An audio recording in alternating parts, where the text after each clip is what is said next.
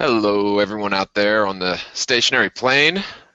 Just starting up, so give me 1 second so I can share this long ass link.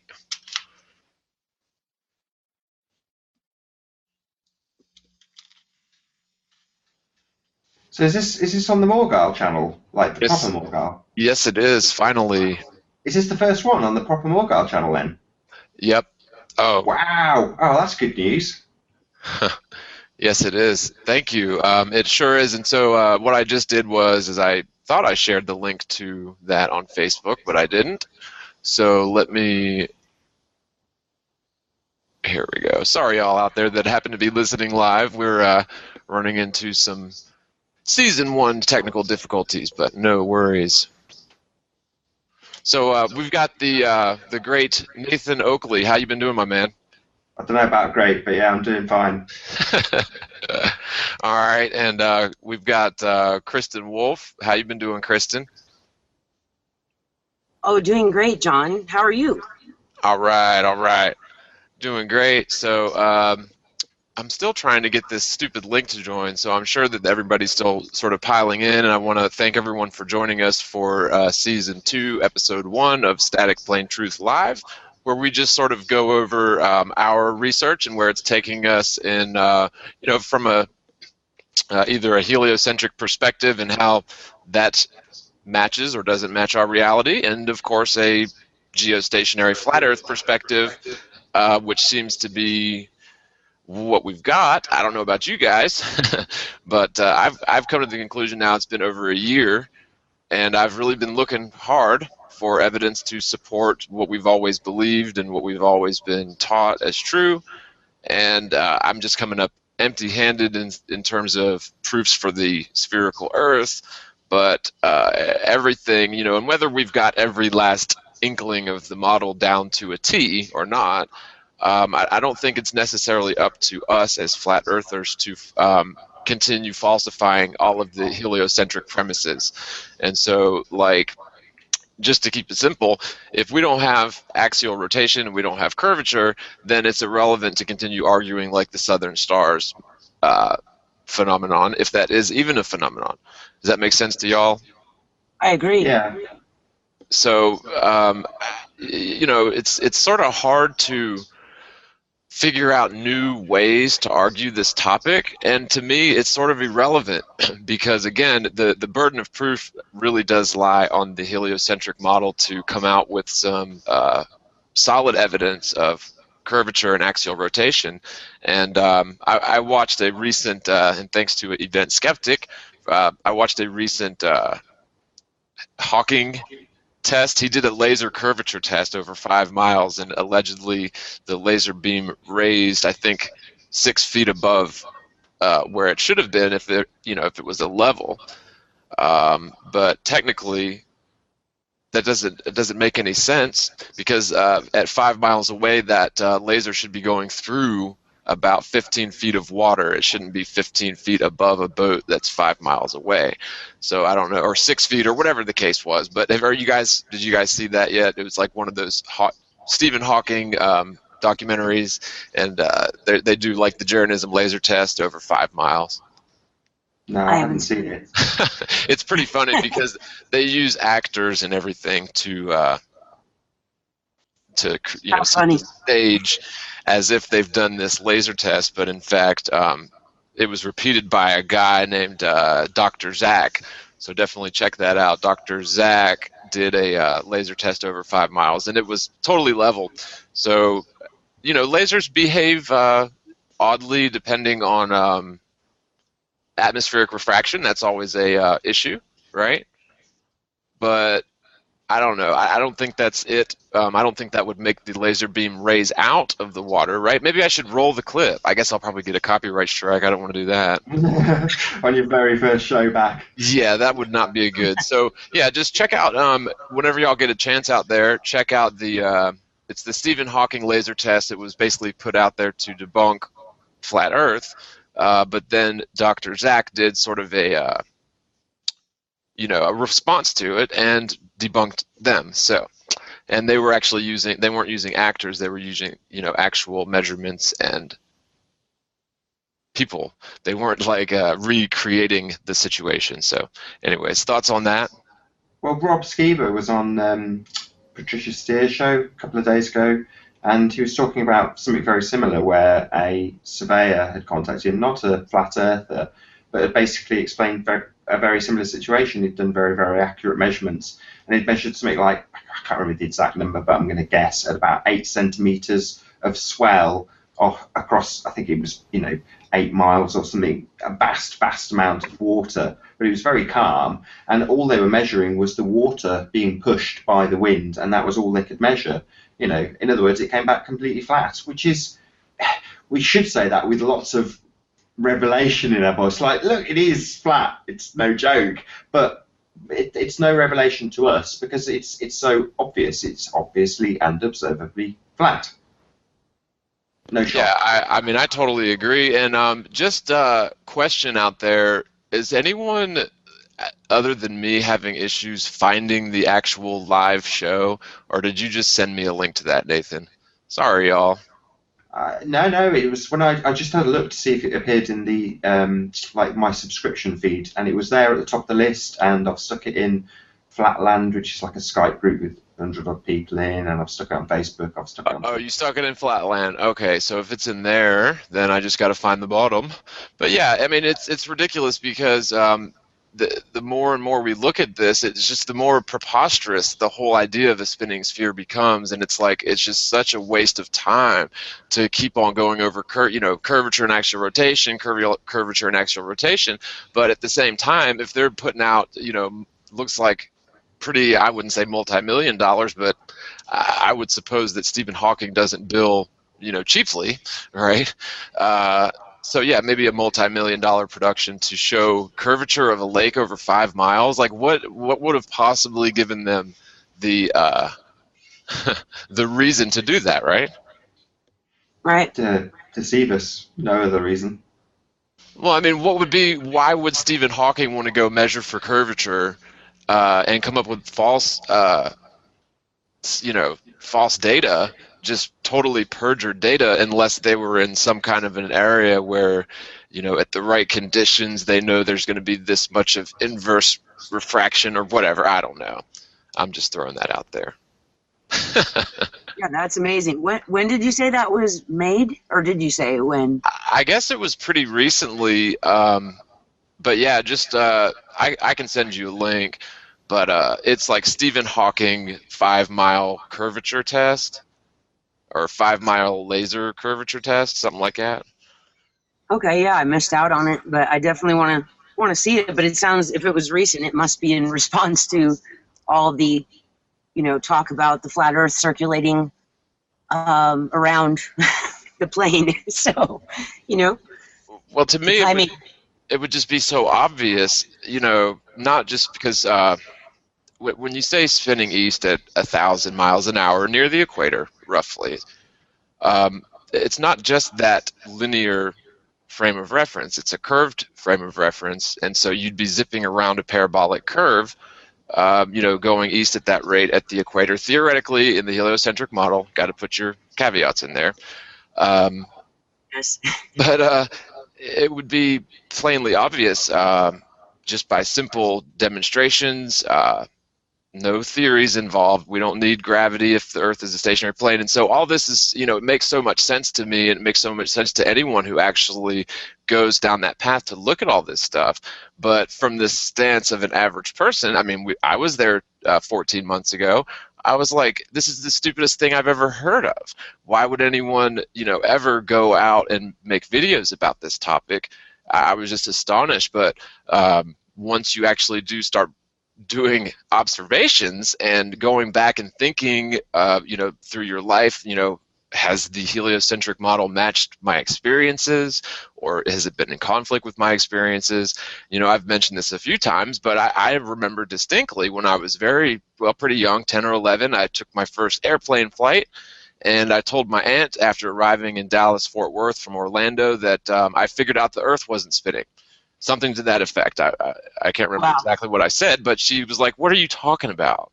And I was like, "Well, the flight from Orlando to Dallas, Fort Worth is the same in duration to the return flight, And so even as a child, 10, 11 years old, as a kid, I realized I had this observation that I was pretty confounded. But then, of course, aunt, same difference, potatoes. She said, no, that's stupid. Everyone knows the Earth is spinning. And so, well, I guess I'm stupid. But in fact, if you go back and revisit this topic, indeed, there should be, and really this is dependent on the time of the year too, I reckon, because the Earth is supposedly going around the sun, but that's all, we don't even need to look at that until we look at this supposed spinning that would cause airline flights going north to south all sorts of problems. It should make helicopter rides, a lot more fun than just hovering. If a helicopter was just hovering, technically, if you think about the laws of physics, the centrifugal force, if the Earth was spinning and then the helicopter takes off, it wouldn't just maintain that frame of reference forever. It would need to be fastened to the ground to remain that rotating frame of reference around that parabolic curve, going east 1,000 miles an hour, dropping about 300 feet per hour, I want to say, and of course orbiting around the sun, flying through space around the galaxy flying through space, and it's just like all of these different, sometimes in sync, sometimes in contradiction, motions would just be so plainly obvious. And unfortunately, it's just very, it can be difficult to get people to look at this topic for some reason. Maybe y'all have had better experience, but hey, this is such a new thing. Like, honestly, I have such a different outlook on life in the last 14 years. It's just how much it can change a person to, just stop, think about what we've been taught. Does it match our observations? And then research it, do the experiments. And I don't know, it's just, do you guys feel that way too? Like, I don't know, maybe it's just me. I mean, the problem is that what we're seeing, I hate to use these sort of loaded words, but awakening is unprecedented. And when we see people have like meltdowns and, crazy benders off the back of this, and we just sort of isolate them as one individual case, but on the whole, we don't know what is, as a net result of finding out these great big revelations. You find out you're not on a spinning ball, we're not hurtling through space, it's all a load of nonsense. Space has absolutely been misrepresented, and you don't know what that does to people cognitively. It could be extremely damaging to some people. So while you say it'd be nice to wake everybody up, you then have to question, well, are we part of a machine that is waking people up gradually rather than in a great big wave so that we have people descending into chaos? You just don't know. It might be that when people describe Flat Earth as being a psyop, I'm not trying to perpetuate that as an idea, other than to say that it may be inevitable. The Earth is observably flat, and that is an inevitability that we'll find out because it's so obvious. We chuckle, but everybody's been programmed. So to unbrainwash them quickly might be a dangerous thing. Not to be a party pooper. No, and this is, I totally agree. This is not something that you can just approach everyone with and they'll be open to it. And like I said, I was right there 14 months ago or so. Well, actually, it was maybe a little longer than that, when I was first, this topic was first ever mentioned to me in any sort of real sense, because, I always had the preconceived notion that it was just a stupid thing for stupid people from 500 years ago plus. That was my take on it, and I was fine with that.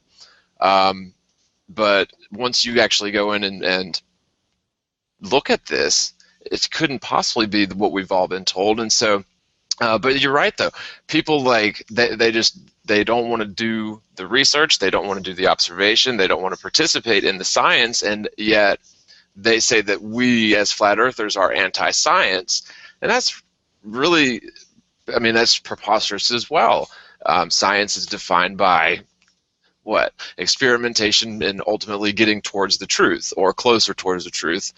Maybe never any absolute truth, but we can certainly falsify curvature over many miles We can falsify spinning with just about every physical experiment. I was thinking about this the other day. We've all seen the big the vacuum chamber that NASA has, Mm-hmm. and they drop like a feather and a brick, right? And in the vacuum, the feather and the brick fall at the same rate. Well, that's all fine, but what isn't it? I always thought this is what globers will tell you, that it's the atmosphere. It's the atmosphere, and it's that momentum that everything has that keeps it going east. And I say, well, fine to east, but what about dropping 330 feet per hour, down at your feet? And so anyway, to me, if it is, that's the Glover's claim. It's the atmosphere that keeps plane in lock sync with the gravitic, orbital spinning of the globe. But what about in a vacuum chamber? There's no gravity in a vacuum chamber. Is there, Nathan? I mean, not gravity, atmosphere. There's no atmosphere in a vacuum chamber, right? Yeah, it depends where it is. If it's on Earth, then yeah, plenty. Well, not enough to keep, say, a feather locked to the rotational velocity of the spinning Earth, right? No. I don't think so. It would be in a vacuum chamber. You'd think that feather and that brick should slide a little bit west. I mean, that's what you'd think in a vacuum chamber, because again, the whole thing against the proof that I had arrived at when I was 10 or 11, that like an eastbound flight from New York to LA or back, it's the same duration either way. Even with the Coriolis contradiction, they would say that it's dragging along the atmosphere or the lack thereof. So therefore, the vacuum, there'd still. I'm sure you could talk your way around that in the heliocentric explanation for Coriolis. I'm sure there'd be some sort of weaselly words in there somewhere. Of course. Probably. Hey Robert, how you doing? Have you met Robert Shortman before? Hey, hi Morgalen, hi. Yeah, hey, what's up, Robert? We've met before, man. Yes, we have. Yeah, we spoke before. And Kirsten, pleased to meet you. Have not spoke to you before, I don't think. True, Robert. Nice to meet you, and nice to meet you too, Nathan. I keep meaning to say that since I didn't say it right off, straight off, and didn't sorry. imagine. You're both really rude. Well, I probably should have introduced you, but I'm the worst host ever. So, and I seriously, I cannot find the live feed. I haven't done this in so long, so I was gonna share up links, but I've literally spent the last 20 minutes trying to figure out where is this damn link and how am I gonna share it on Facebook. So sorry. Hopefully, I've shared it. I've shared the link. Yeah, I'm a mess. I'm sorry. I'm on it. I'll sort you. I've got you back. No, it's fine, really, and I appreciate it. But yeah, I'm just gonna have to forget about sharing this link, because I'm I can't even find the. There we go, the live hangout. So, Robert, what you been up to? Ooh, and we got Event Skeptic. So this is, like I said, when everyone probably joined on. This is a show that everyone's late to, because I say, it doesn't matter if you're late. they turn up eventually. Well, it takes people. Yeah, it takes people a while to start showing up on the audience side as well. So, the first 20 minutes is usually just sort of pre-chat, and now that we've got everyone's attention and we've got plenty of people to talk, so that I don't have to keep talking, I'm gonna go grab something to drink. And if anybody wants to plug anything or just mention anything real quick, I'm gonna go grab a drink, and I'll be right back. Yeah, I'll go for it. Yeah, I'm doing a live hangout tomorrow at 8 p.m. GMT plus. It should be quite good. There's going to be a couple of guests that are known to be coming, but there's going to be a few extra people that will be turning up as well to make the call even more interesting. So it's going to be good. Lots of interesting stuff to talk about. Structured water and other interesting stuff like that this chap's really quite aware of, and he also makes the most fantastic crystal LED lights that light up your room, so he'll hopefully be showing some video footage of that as well, which I think he's busy filming as we speak. And it won't be although it's the first on your channel, it's technically not your first hangout, is it? No, yeah, because I did the one at the weekend, so that was, yeah. Second hangout live then. Yeah. I'm back. Sorry, and it's 7 Up time for me. Uh, Yeah, so my channel's Doomweaver 2007, and it's on at 8 o'clock tomorrow GMT. But it's gonna be good. Gonna be fun. Doom Weaver, isn't it? DOOM Weaver. Yeah. 'Cause I got it wrong. Doom Weaver. Yeah, it's an old kind of name that I didn't realise I could change it, and then I kind of started with it, and then got subscribers, and then it was kind of yeah, that's exactly what my name came from. Honestly. too late then. Yeah, Yeah. you've both got gaming names, haven't you? Yeah, Yeah. that's exactly where I got my name. It was just a name I sort of made up, and it was a tag name that I used for going all the way back to Team Fortress Classic. Wow. It's Okay, a yeah, mod that's of cool. a mod of the original Half-Life series. So there you have it, showing my age a little bit with video games. Now that's Now, creepy. I know where you're coming from, so yeah. Showing your age with video games. What is the world coming to? It's funny when people pronounce it the Morgul and things like that. Other pronunciations too, right? Oh well. Yeah. It's cool though. Oh, I mean, I thought it was always clearly Morgile. Morgile. Yeah. I mean, that's Yeah. clearly what it says. But no, I've had people say Morgile, and I'm like, wow, that sounds kind of like a I don't know, Colombian drink or something. I'm gonna start saying it's Morgile. And then there's the Morgul. I don't know Yeah. how many different ways can you say it. Well, I think people do that intentionally because Morgile is just very easily to spell. It's spelled like it sounds, but Morgul and Morgul, it's subterfuge all day. And how's Ronnie doing? How are you, Ronnie? Can you hear us? Um, Hey Event everyone. skeptic. Hey everyone. Nice to be here. Hey, happy you're back, Morgo. Yeah, man. Just had to move to Georgia. My wife's in the hospital, and it's just been one hell of a couple weeks. But you know what? I would be nowhere else than on this show because, again, this is like one of the things that y'all missed if you're just joining us is I had a confession that this is, in the last 14 months, this whole cosmology change has changed the way that I look at everything to a point where I can never go back to what I was doing before because it's just so important to get this truth out to people. And even if it's just one person a day or one person a year, I don't care. Like, I really don't care what else happens as long as I can keep getting people. And I don't know why. I mean, I think it's just because, I know it to be true. And I just can't stand people to be deceived. I mean, do y'all sort of feel the same way that it's like almost Absolutely. a moral imperative?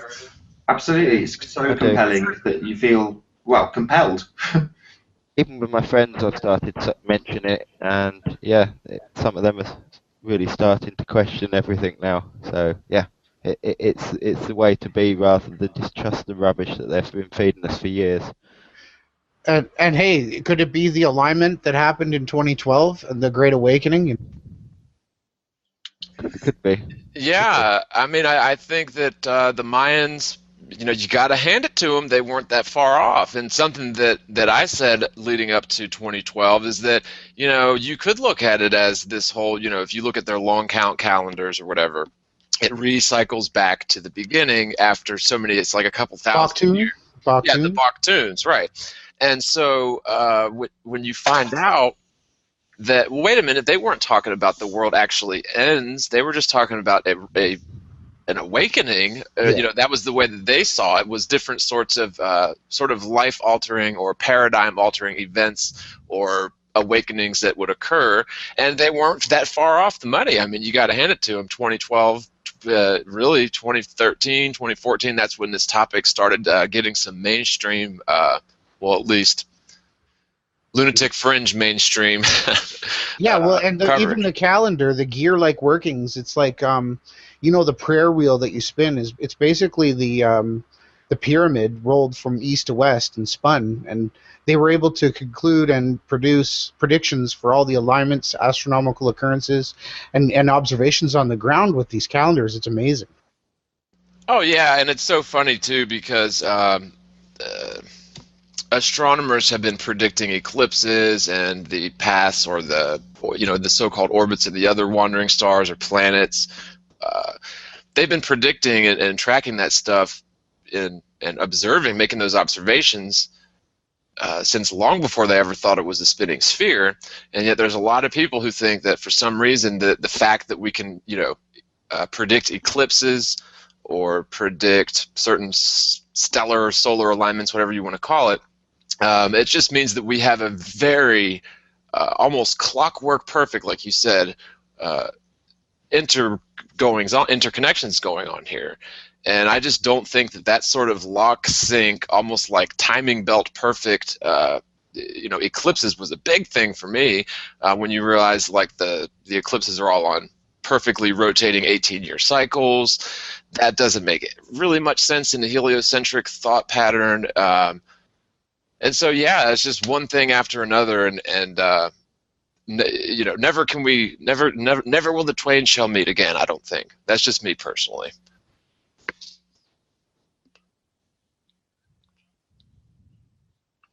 Silence. Yeah, dead silence. Amazing. So anyway, have you guys heard? What do y'all know about the whole Freemasonic stuff, circling the square? That's something that the Freemason guys like to do a lot, circling the square. And I'm just wondering if that has anything to do with the Masons hiding flat Earth. Could be. I could say the different. I think they've been trying to share this truth for the last 100 years. Do you? Circle in the square, I think, refers to the instruments that they have as their kind of reference tools, like the compass, the square, the protractor, and all the other things that they have involved with that. So the square is one of them.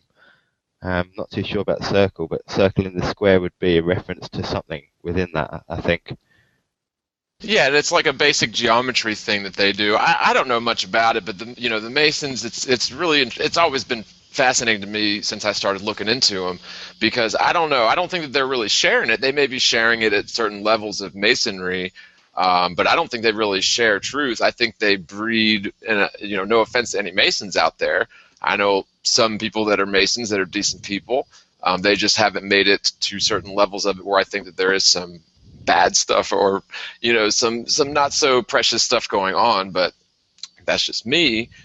But no, I don't know. The Masons trying to share this for 100 years? I don't know. I guess it's been the Jesuits really pushing the globe, huh? Well, it's not hidden, but the whole death oath thing is where I draw a line. I would never swear allegiance to any man or papacy, right? And if that's what's involved, I think they've all been led astray. But you can easily search the temple layout of the floor and the way that it inscribes, let's say Mercury's transits, the inferior and superior transits with the sun on the Mason's floor actually maps out the pentagram.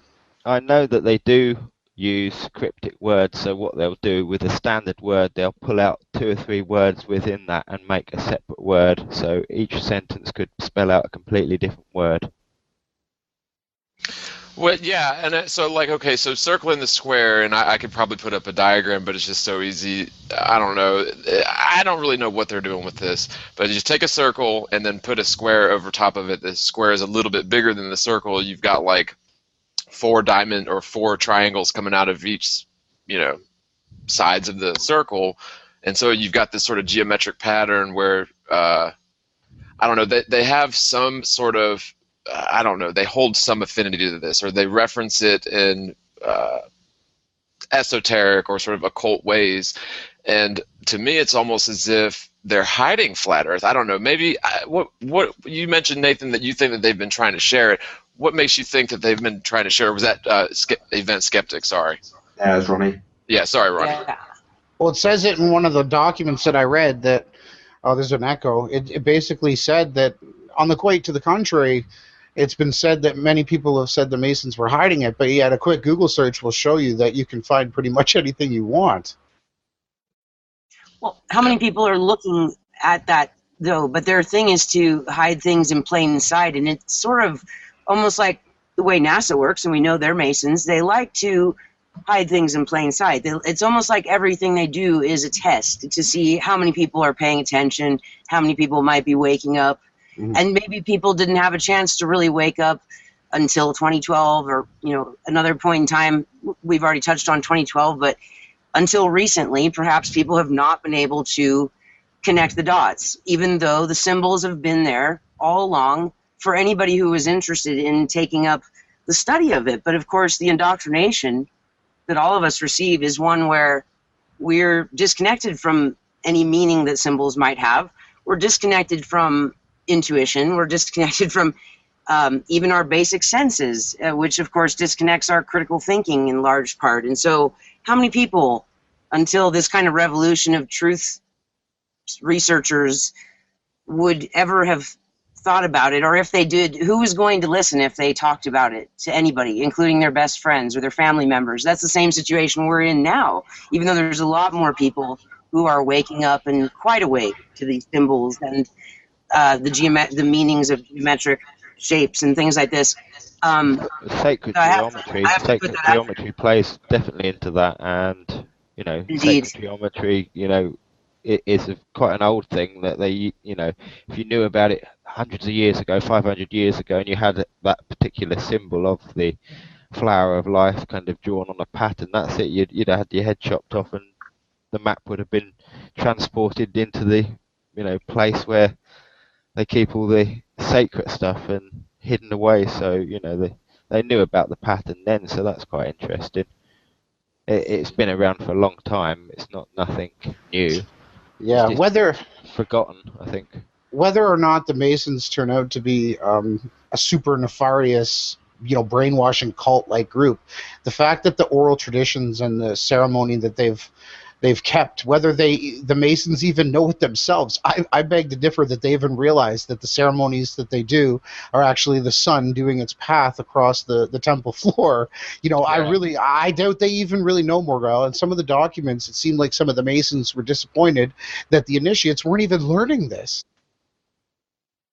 Yeah, that's so true. That is true. That's something I picked up and sort of put down. But yeah, you're right. They act like the sun going over a flat Earth during their ceremonies, right?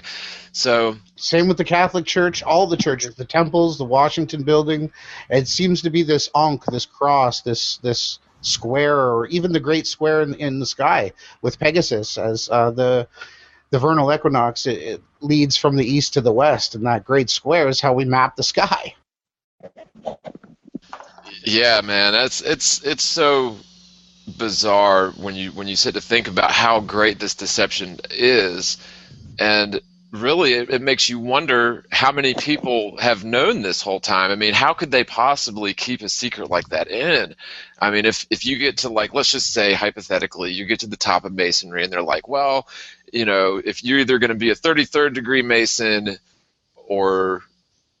and figure out that the Earth is a static plane, in truth, or you just go on about your way and you say a 32nd degree Mason. I mean, what if that's like one of the tests that they have to be smart enough or wily enough to figure this out? I mean, it's put right in front of their face in all the rituals, so maybe it's not that big of a leap. But to learn that secret and to know it and then have to keep it in, I think that would just be torture. And the last thing I'll add to this is the fact that I found in my research something about the Pegasus square being an oblate square. So you got Neil deGrasse Tyson up there saying the world is an oblate sphere, but you know how these crazy people have to act. They have to, wink, wink. It's actually the opposite of an oblate sphere would be an oblate square. Huh. Yeah, I guess it would, wouldn't it? It's also the shape of the diamond in the baseball game, which is America's favorite sport, as well. The Enoch books always state that there's 9 circular spheres around a central square. So people who've been reading the Enoch have completely missed the fact that, or it's hidden. I don't know, but even the symbol of Earth is a square. With the whatchamacallit, the elements. Yeah, and now, are we going to talk? I don't know. I'm getting mad feedback. Sorry, you guys. and I guess maybe subconsciously a reason I brought this up, and we'll jump back to it. But there are some square flat Earth models out there being kicked around, and I think that it's important to look at those as well. But and we'll jump back to that. But I wanted to ask you British guys, that would be Nathan and Rob, do you guys learn much American history in like your regular high schooling, or probably not? We learn about the Civil War. I don't know about you, Robert. Yeah, a little bit about it. Yeah. Okay, so yeah, the reason I'm asking this is because it seems to me, and this is just sort of a theory that I've been kicking around, and we'll get back to flat Earth, but it's all relative, or all relevant, I think. But if this is my theory, I think that the Revolutionary War was won by the bad guys, and the Civil War in America, and even possibly the French Revolutionary War, these wars were all won by this sort of criminal hierarchy, or criminal element in the hierarchy, and they had the luxury of writing down all the history books that were taught. And if we're questioning science, we might as well question history as well. And to me, it makes a lot of sense when you go back and look at characters like Benjamin Franklin and George Washington. They're all supposedly these great American heroes. But I've just recently learned, and I've actually been researching on it a little bit more heavily, that there were seven United States presidents prior to George Washington under the Articles of Confederation. So I was just wondering, how I deep. found that out a few weeks ago. I was like, wow, okay, I didn't know that.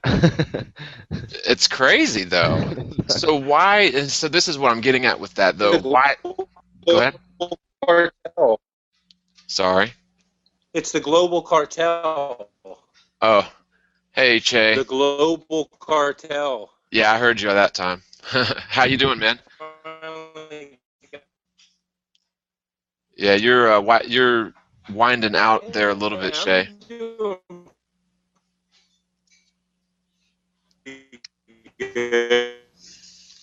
Okay.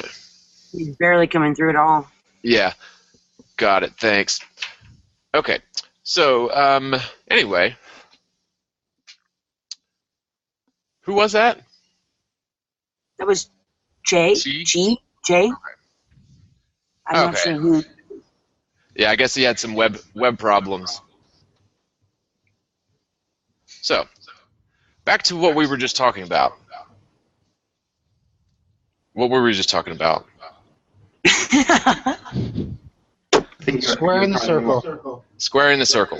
Oh, yeah. So, what do y'all think, though, about the Civil War and the Revolutionary War? So, well, it could be the case that the wars themselves, obviously the battles.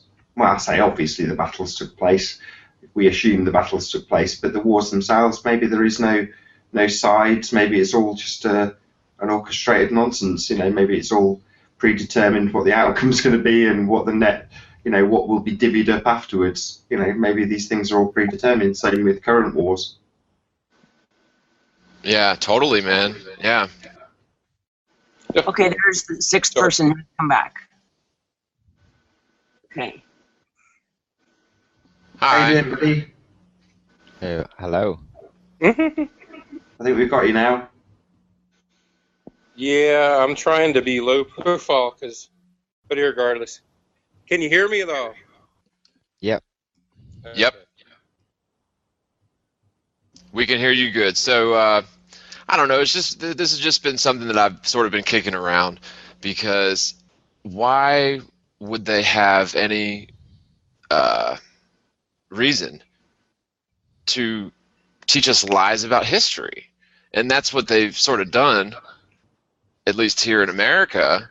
And to learn about the whole Articles of Confederation thing, it puts characters like Benjamin Franklin in a new light. Now, Americans all know Benjamin Franklin because he's on the $100 bill. But what are y'all taught about Benjamin Franklin over there? Because he was a pretty popular figure with the royalty over on that side, wasn't he?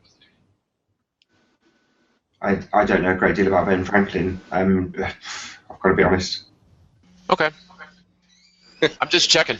I'm just checking your history skills. No, really, I'm just curious to know because I like to see what sort of what sort of things people are being taught in different parts of the world. But yeah, I'm certainly no history major, so I just know the dude because he's on the $100 bill.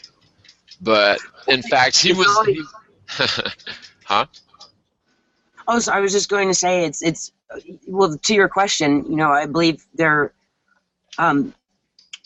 always wanting to create false narratives with what they talk about with history to serve whatever agenda they're working on, one of which has been the notion of white imperialism.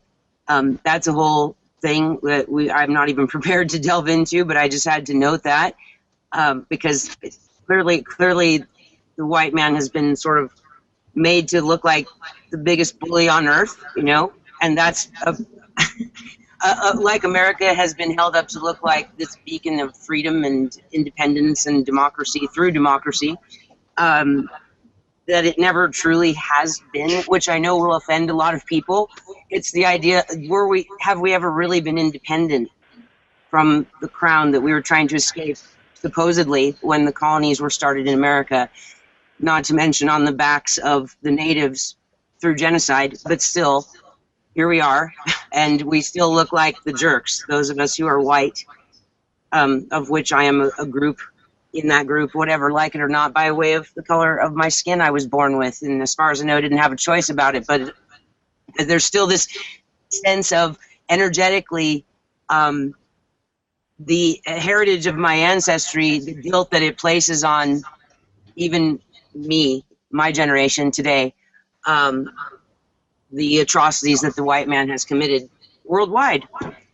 And then I was given a narrative last year by a researcher, actually a flat earth researcher. I'm not sure I should mention his name, but very prominent guy, and he was delving into what he said was even a bigger deception than the flat earth, and it's something that a lot of other researchers have covered, which is supposedly the true the true racial lineage of humans, of mankind. And the idea that we all actually started from black people was what this flat earther talked about with me, and how he said whites are a mutant gene, started by way of a mutant gene that was then propagated to be used as this, looking like, we again have to be the guy.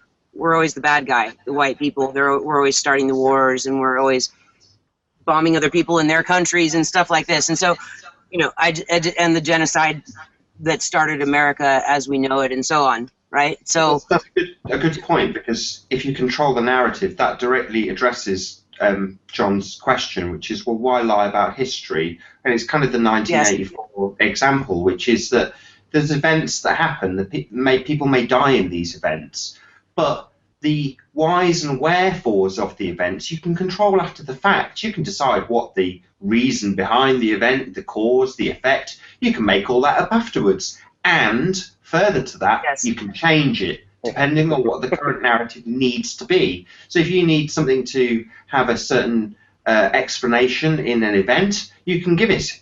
If you control the narrative, if you control history, which the powers that should not be do. The Hegelian dialect. Precisely. Before, during... Order through chaos. Yeah. Yes. No, and that's trauma-based mind control too. The idea that we become, as individual races, beset with our own set of issues, like the guilt that I referred to earlier, being honest about what our ancestors did in our respective races. I know. I've always felt sort of bad for being, a white dude, but my great-grandfather moved here from Greece, so that was in the 1900s, right? So why am I sitting here feeling guilty for being white when none of my ancestors did any of this slavery crap? We don't even know who did. and that was bull. You shouldn't do people like that. I agree. What we did, I say we, and see, we carry that guilt with us, and I'll just use the term we. But what we did to the Native Americans was horrible, obviously. But how do you know what you did? Exactly. That's the thing. I didn't hear any of that. That's the thing. We're in a societal petri dish that's controlled by these Masons and the powers that be, the Bilderbergers and all that stuff. And they do have a direction that they're going, but they're shifting society on such a large scale. They have plans decades and 100 years ahead. They know their direction. I personally have my view on it, and I believe that it's a Luciferian cult that is hell-bent on control and control, power, and a promise from somebody that's not going to be followed through. Yeah, that's a really good point. You know, sorry, Kristen. I'm sorry, I'm getting feedback. Did you say something, Kristen? Oh, I just said yes, actually, and that was a good point. That Che, is it Che or Chi? I'm not sure. It's Che. Okay, like I thought so. And Che, the promise, the last part of your statement, I'm interested to hear more about. If you'd like to elaborate or expand on that. The Luciferian part. The promise that would not be kept, I think, is the last part. Well, their father is the father of lies. So he's just like Adam and Eve in the garden. He promised them something they already had, and he gave them a lie, and they lost everything. They had everything he promised them already, okay? And he lied to them. He was going to give them something they already had. That's irrelevant. But he promises, and he is the father of lies. He can't uphold that. These 33rd degree Masons, these people that get in, they're powerful, they're influenced, and they're willing to do the work necessary for the machine to move forward. Those are the people in power, the ones who are willing, where their intent is selfishness, greed, power, everything that's inward, and they feed off of that. And those are the people who are in the know, the 32nd and the 33rd degree Masons, Walt Disney, Benjamin Franklin, George Bush, all these people who are willing to do the dirty work because they have no moral standard, but a selfish intent that is driving them to the impulses that get them into those positions. They have to be a willing participant. Let's put it that way. Well, how much of it is bloodlines where they're born into it and maybe aren't given so much of a choice but to play a certain role? Let's put it this way. With that in mind, the bloodlines are the only way in for certain things. For powers and principalities like, say, the 10 kings that are coming into this global union of 10 factions of the globe, okay? Those are bloodlines. Some of the other people are not bloodlines. Some of the other people are simply willing participants that'll go to the extreme to do these ghastly things to us for the sake of their gain. And they're willing to do whatever it may be, decimate populations, start wars so they can facilitate both sides and win on both sides, on the up and the down, just like the market. They play society that way. Oh yeah, that's totally true, man. I agree with everything that y'all have just said, and it really, this is where my research has been leading me towards, and as scary as it sounds, I think that this revelation that we've all been sort of gifted with here in this very strange time that we're living in is really, just like I said before, it's so important. But it's like that they've been, like you said, one of y'all said it was some really good points, but they've been sort of progressing history forward with their plans, 100 years ahead, 200 years ahead, and they keep their records of, what's happened in the past for hundreds and hundreds of years. And so we're dealing with, groups of people that have been trained, and really put in positions to keep this sort of system going where they're always 100 or 200 years ahead of the current time. And in that sense, I think that they are using symbology and sacred, geometry and that sort of thing to communicate amongst one another across worldwide bandwidths, but it doesn't get picked up by your average person because your average person isn't initiated to read into those signs. And, maybe we're not supposed to be initiated to read those signs. Maybe we don't want to be affiliated with that, but then you're left with ignorance. And so, that's the last thing we want to do is be ignorant of these people's tactics. And so I think that these are sort of weak spots that they have, that having to show us what their plans are, so that we'll either accept it or maybe there's some pre-programming going on there. And then, of course, you have all this guilt attached to being just simply sitting here breathing air, right? Oh, my gosh, the carbon freaking offsets. That's oh, man. Okay. We're going in good places here. Cool. Well, hey, what was I going to say? Oh, my. The human shaming. Mandela. Does anybody want to go Mandela tonight? Painful as it is, we have to go there, probably, yeah. Yeah, well, okay. You sound like someone I was listening to earlier today. Do you have a show with another lady? Are you asking me? Sorry. Yes. I don't. I'm not on any other shows currently. You sound like one, or I forget what it was I was listening to. They were going over some stuff today. It was very interesting. Has anybody... You've got your YouTube channel, right, Kristen? I do. It's, the Plain Earth Inquiry. Recently changed from flat to the Plain Earth Inquiry. And, yeah. But it's. I only have a few videos. But anyway, not to interrupt Kay's train of thought there. No, the flat Earth deception is one cog in. I'm on a what? Call Mom. It is an onion of deception. Many layers. Let's just put it this: there are many layers. It's one cog in many, and it's to cover up. Okay, let's preface this. I'm Christian.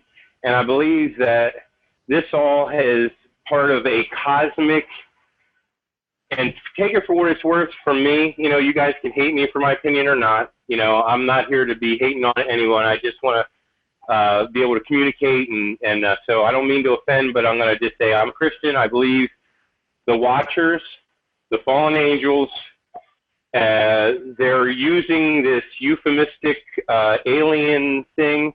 There's a greater deception coming with this whole Antichrist thing, the whole beast system, and it's all coming to a head. And all this information is out there for those who have eyes to see, in my opinion. And I think that on that dime, all this pivots, and all these people are being influenced by powers that are much higher than the powers that be that we think of.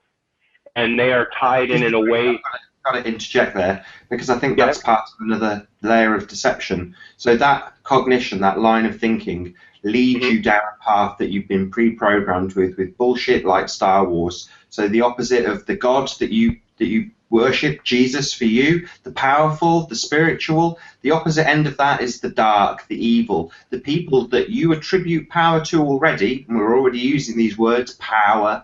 So you've got these powerful people who worship Satan. And what's Satan? Well, he's got endless power, and your cognition, your predictive programming has men with lightning coming out of their fingers at the end of that cognition path. That, to me, is horseshit.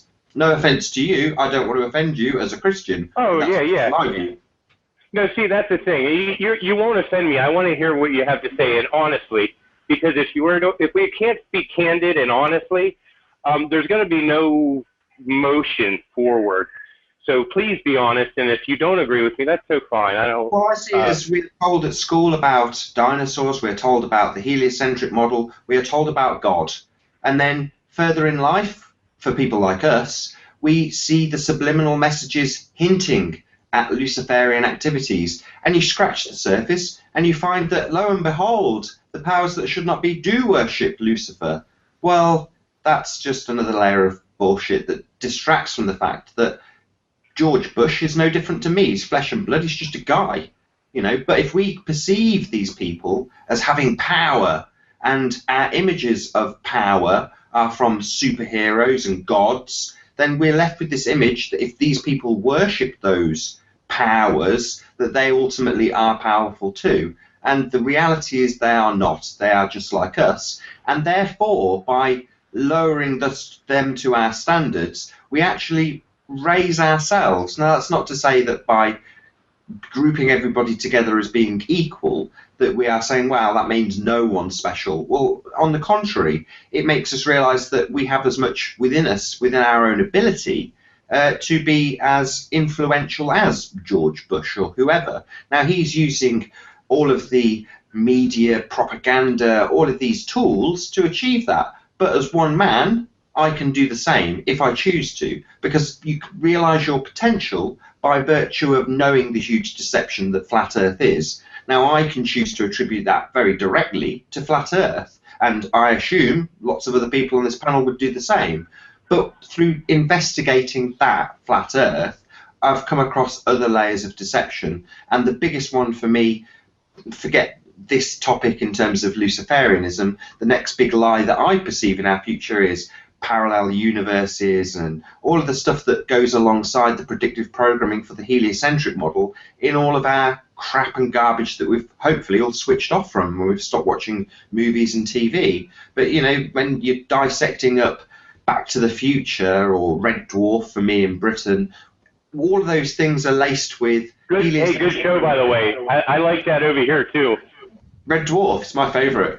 Oh, yeah, that's good stuff. I like My Hero, too. Yeah, that's it. I mean, all of this stuff is predictively programming us on multiple levels. And when you have stuff that we're told about in Quantum Leap, you know, 20-odd years ago, and then suddenly CERN is unveiling information that's on the same lines. Which episode? Of Quantum Leap. Yeah. But what if we do have a standard and there is a creator, Nathan, and there is power, the real true power that these Luciferians think they have? Are you saying that doesn't exist as well as no, not at all. I mean, on a collective level, we can achieve great things by being connected in a very literal way. And, you know, some people might view the collective consciousness as us being a very small dot of light that is God. You know, I've heard that explanation. Now, it's not necessarily what I believe, but do I believe there is a power beyond ourselves? Yes, absolutely. Do I believe in the biblical description of this? No, if I'm honest, I don't. You know, I would, if people asked me, what's your faith? I'd say I'm a Christian. I was raised a Christian. You know, I go to church. I was married in a church. You know, but does that mean that I will buy into that paradigm? Absolutely not. Your collective thought, though, on the that's true. The Tower of Babel was stopped because collective thought was so powerful. If you want to talk of it in a biblical sense, I'm using that as an example, but you know what I'm talking about, because in the Bible, I won't say it as if it were true for your sake. I'll say it as if it's the hyperbole or mythos. But they came together as one. They were united. They all spoke the same language, and they were dedicated to the direction they were going in. That is how things do happen. The Tower of Babel. The direction it was stated as they were going up to kill God, right? Correct. The Gilgamesh or Nimrod, whoever. Joshua. Exactly. But you right. The other interesting thing for Christians and other scholarly people that read the scriptures is the actual orientation of the tents that were set up by supposedly God, and then also the breastplates, the coverings that protected the priests as they would go into the Ark of the Covenant, which also is the same cubic measurements as the so-called Earth, and as well the pyramid base is also. And, you know, why aren't they teaching certain things in churches like that you can completely understand? You know, I think it's been so overrun. The cornerstone that they threw away could very well be the reality we live in. Well, check this out. I 100% agree with you. Practical application and real wisdom. See, they want to stay away from the power of God. They're afraid to give up whatever it is they're afraid to give up. Whatever the people who aren't completely dedicated to that way of life. And I'm not dissing anybody. I'm just saying that's just how I would, I guess, explain it. That don't rely on that. they don't dig deeper. They don't know about the giants. They don't know about like all of the deep things, all the books, the Book of Enoch. What's his name? Zen Garcia. He just did that book with the flat Earth. He couldn't get with the heliospheric Earth, the moon, and all of the timetables for Sabbath keeping and all that. He just wrote a book on that. And the flat Earth was the compass necessary to set those items straight. And as far as I'm concerned, the Bible corroborates with the Earth being a flat plane, and in a lot of different ways. That's what I believe. Well, and to just so that y'all know sort of what my standpoint is, and first of all, I want to say, Nathan, you make some really excellent points, and I totally agree with you that we sort of we allow ourselves to be sort of in footstooled, if that's a word, by giving these people power that they don't necessarily deserve. So I agree with you. I think the same thing is going on with our money, which is very fishy, and that's probably another discussion. But in terms of Christianity, I was raised in a Christian environment, and I always thought that the Bible was stupid because I was raised in a scientific household. And I knew that the Earth was a spinning sphere, and I thought that the whole thing was stupid starting on page number 1. And so I think that really does have a big effect on us, subconsciously. I'm not saying that we should necessarily buy every single thing that's in the King James Bible, per se.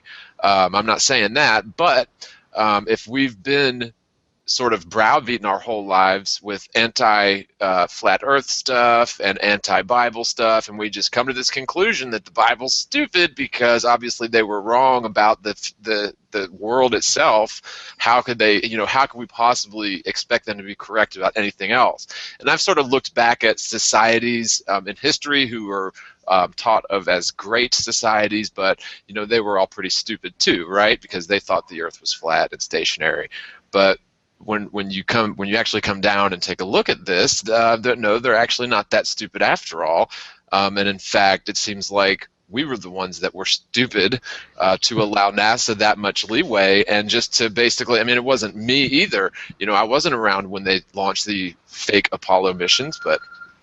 Yeah, and I could also add, too, that the Great Pyramids, as a replica of our perpetual energy machine we call Earth, were mapped, and the underground chambers would fill up with the oscillations of the waters of the deep, and that's actually how they powered the pyramids. They knew more about our flat, even the cardinal directions of the pyramids indicate the center, the most important measuring spot of the heavens. This world is alive, in my opinion, and I don't know if there's too many flat earthers talking about that. Well, let's put it this way. In the book of Enoch, it says of how the Watchers themselves came down and taught men all these things. All these people that are hooked into this super high technology in their days, Francis Bacon, and a lot of these people have had ties to what they call a familiar spirit that would talk to them. A lot of this stuff is written down, from Tesla to him, to Edison. Some of these people have actually written in memoirs where they had an entity, a familiar spirit, that dealt with them and these technologies and enlightened them. And this was forbidden knowledge for us as far as God was concerned when those angels came down. Now, is it Nathan that was disagreeing with me? Is that who was? Yeah, on a biblical stance? And I'm not taking, I want to try and, I keep bringing the Bible into it because I end up there anyway, and I apologize. So I don't want to have this rotate all around that. But I see all these things as deception to keep Christ out. All these things are layers of an onion that actually keep people from believing in Christ, in my opinion. I don't believe that could ever happen. The power has more. If the creator of this world really wants it known, you're not going to stop it with some semantic group or anti. Exactly. It's a separation of the goats and the sheep. The goats are the ones who want the power now and have short-sighted nature and are selfish, and they will go down with their father. And the ones who have a long-term, eternal spark in their heart, it is something that they and the bigger that spark, or the more that you fan that. It's just like that wolf thing. There's a wolf. There's a white wolf and a black wolf, the Indian says. And the one that you feed is the one that's going to win, in his spirit. I don't know if you guys know that story. But whatever you feed is going to be your prominent, what takes you in that direction. So I hope I got my point across there without being too long-winded. The grass is always greener when you water it, right? Right. Yeah, that's very true. Anyone else thoughts on that topic? It's definitely a topic worth discussing. I've had my Christianity raised and affirmed through this. That's just me personally. I'm not saying everyone's going to come to that conclusion, but I'm sure that there's a creator now, me personally. Can I prove that? No. We can certainly prove that the earth isn't a spinning sphere, and that does bring back some of these old arguments, that, for example, Christianity is stupid on, page 1, book 1, which I think that sort of rhetoric has affected us all, worldwide. Well, I think it's a fallback. I think it's if you've got something like scientism telling us that, or scientism and tied into atheism, telling us that Christianity, the whole idea of God, that's all nonsense, But then the big joke, the big secret, the big spinning ball lie, if that's ever revealed, Mark Sargent described it as the Christians having flat Earth in their good china.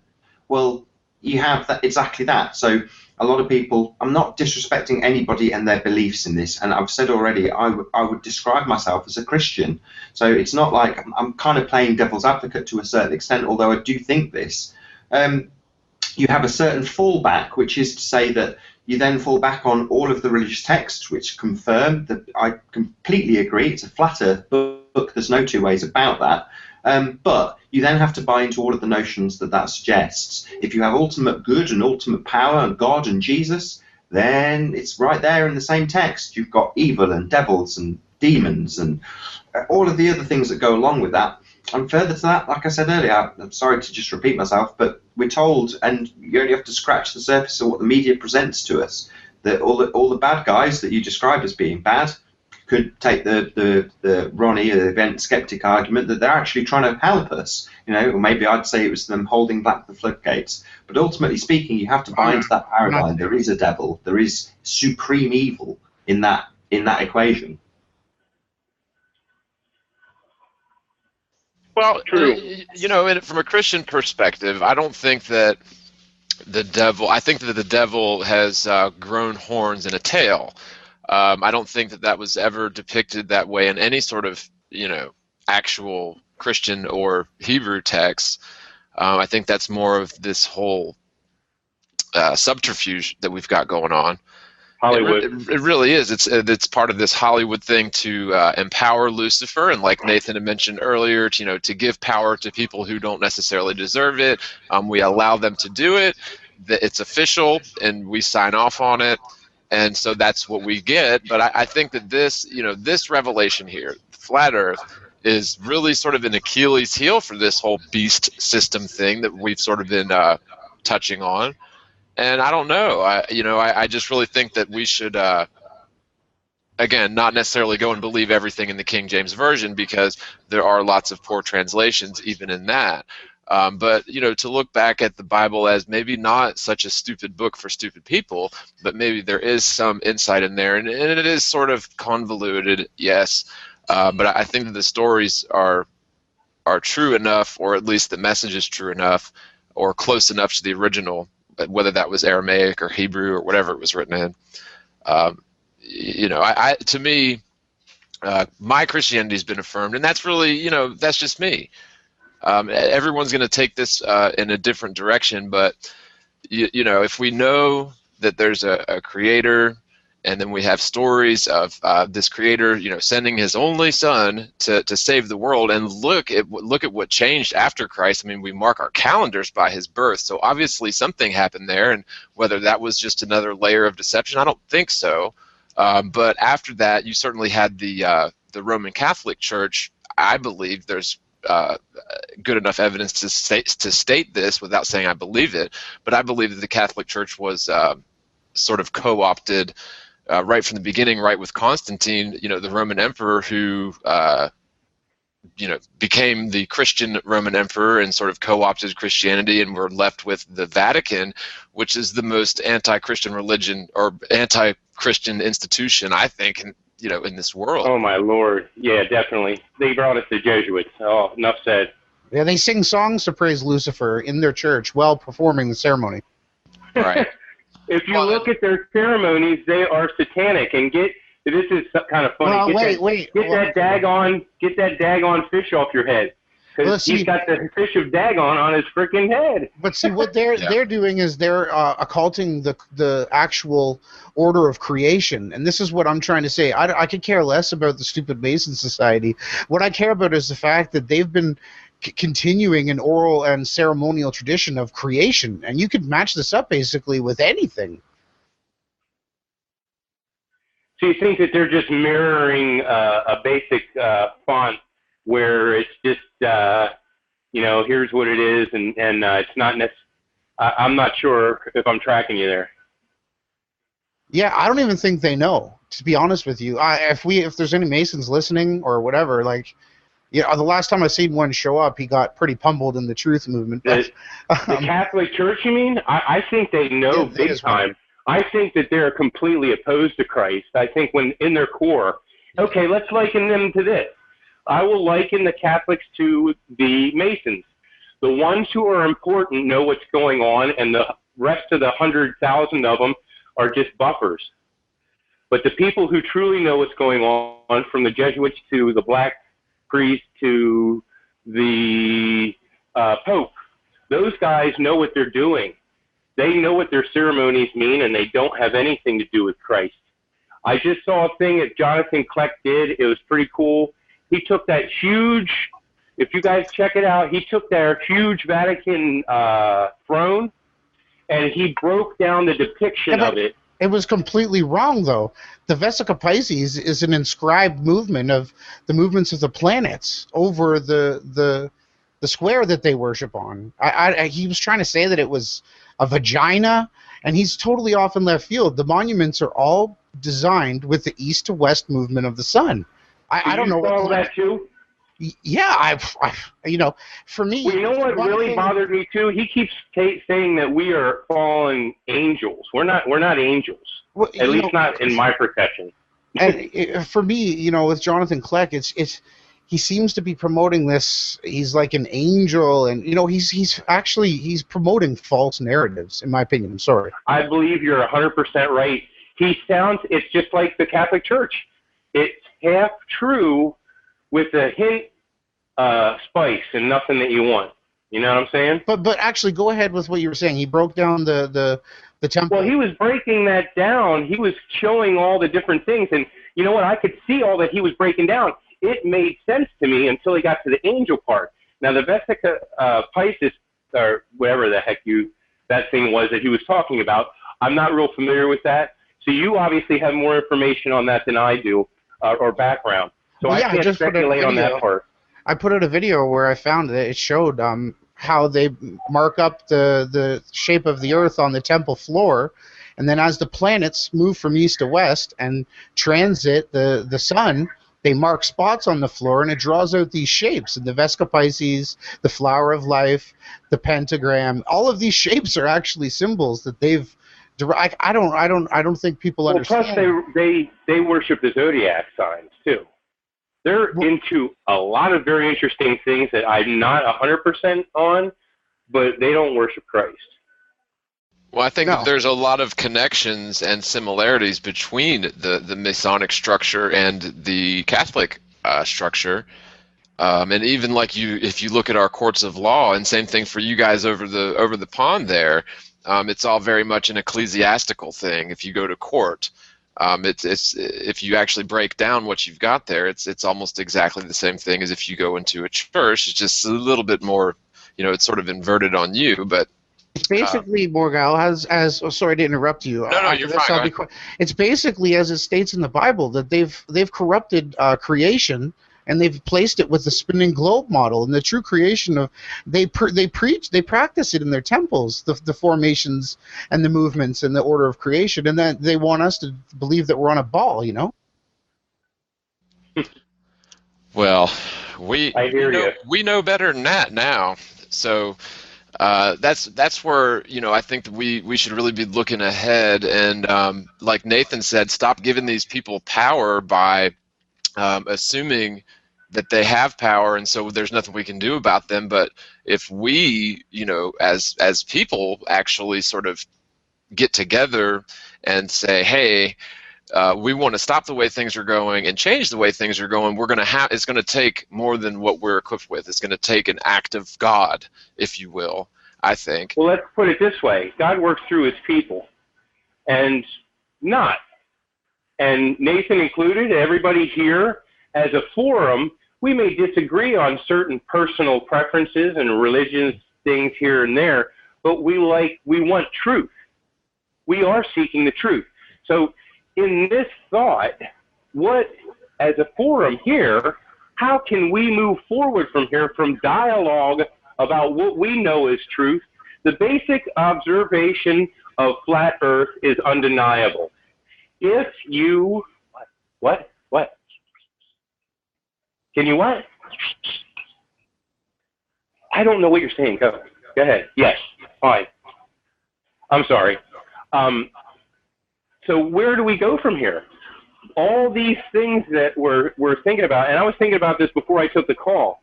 What is the next step to have forward momentum where we're causing problems for these powers that be that we don't need in our lives, nor do we want, because we want options and freedom. Well, I think that logistically, I don't know about you guys over there, over the pond. I love using that phrase. And there's no curvature on that pond either. Yeah, right. No. But I think that we do have a responsibility to push this truth out and to try to get it to new levels. But at the same time, I agree with you. Yeah, God works through his people. But then, that's supposing that there's a God. To me, I think that the idea of God in just in a heliocentric universe altogether is just sort of it's incompatible, or at least with the Christian God. Definitely. I had this conversation with my uncle, and I was trying to lead him to flat Earth, and the kind of conversation went something along the lines of, how can you have a God that says we are absolutely important, we're made in his image, we're the most important thing to him that's ever been, we're so important to God, and yet we are a speck of dust in amidst a whole soup of absolute nothingness that goes on for vastness and forever. And further to that, there's millions of other planets with humanoid-like aliens scattered around all over the place. But this particular speck of dust, that particular speck, that's special. That's just more special than everything else. It like you say, it's totally incompatible. Yeah, it really is.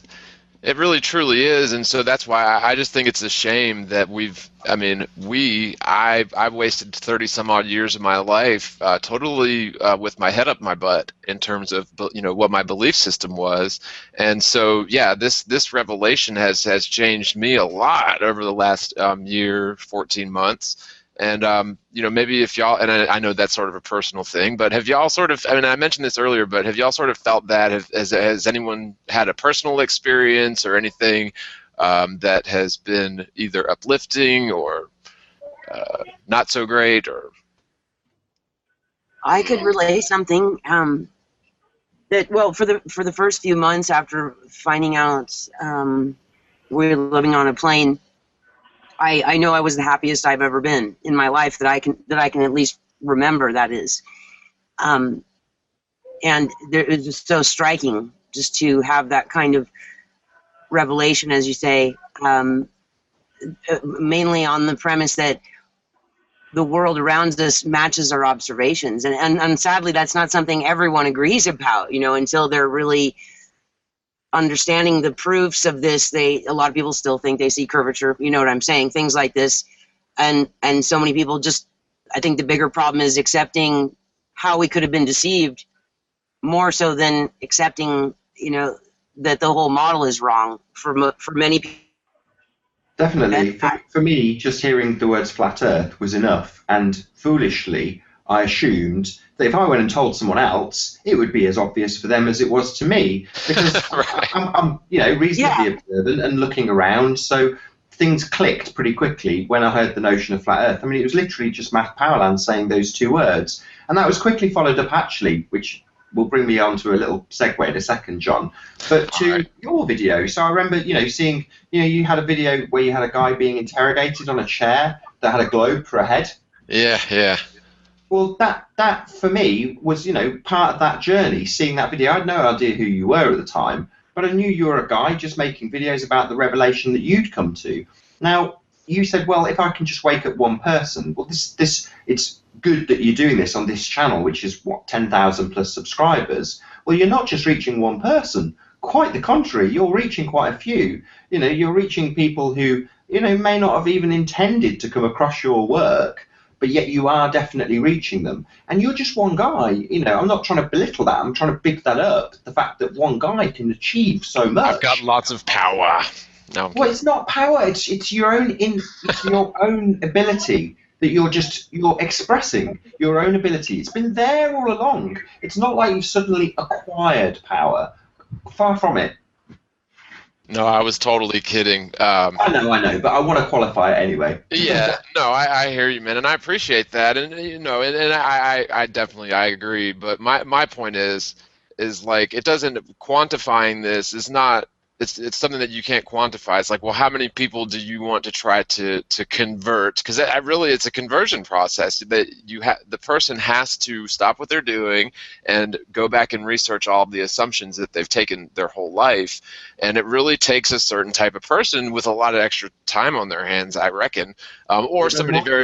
Sorry to interrupt, John, but like Kirsten just said, it's more not necessarily just the realization of flat Earth, because a lot of people get that bit and not get the higher implications. And also, you have to cope with the fact that you've been deceived at such a huge scale. Oh, well, yeah. consider this, too. Most people don't care.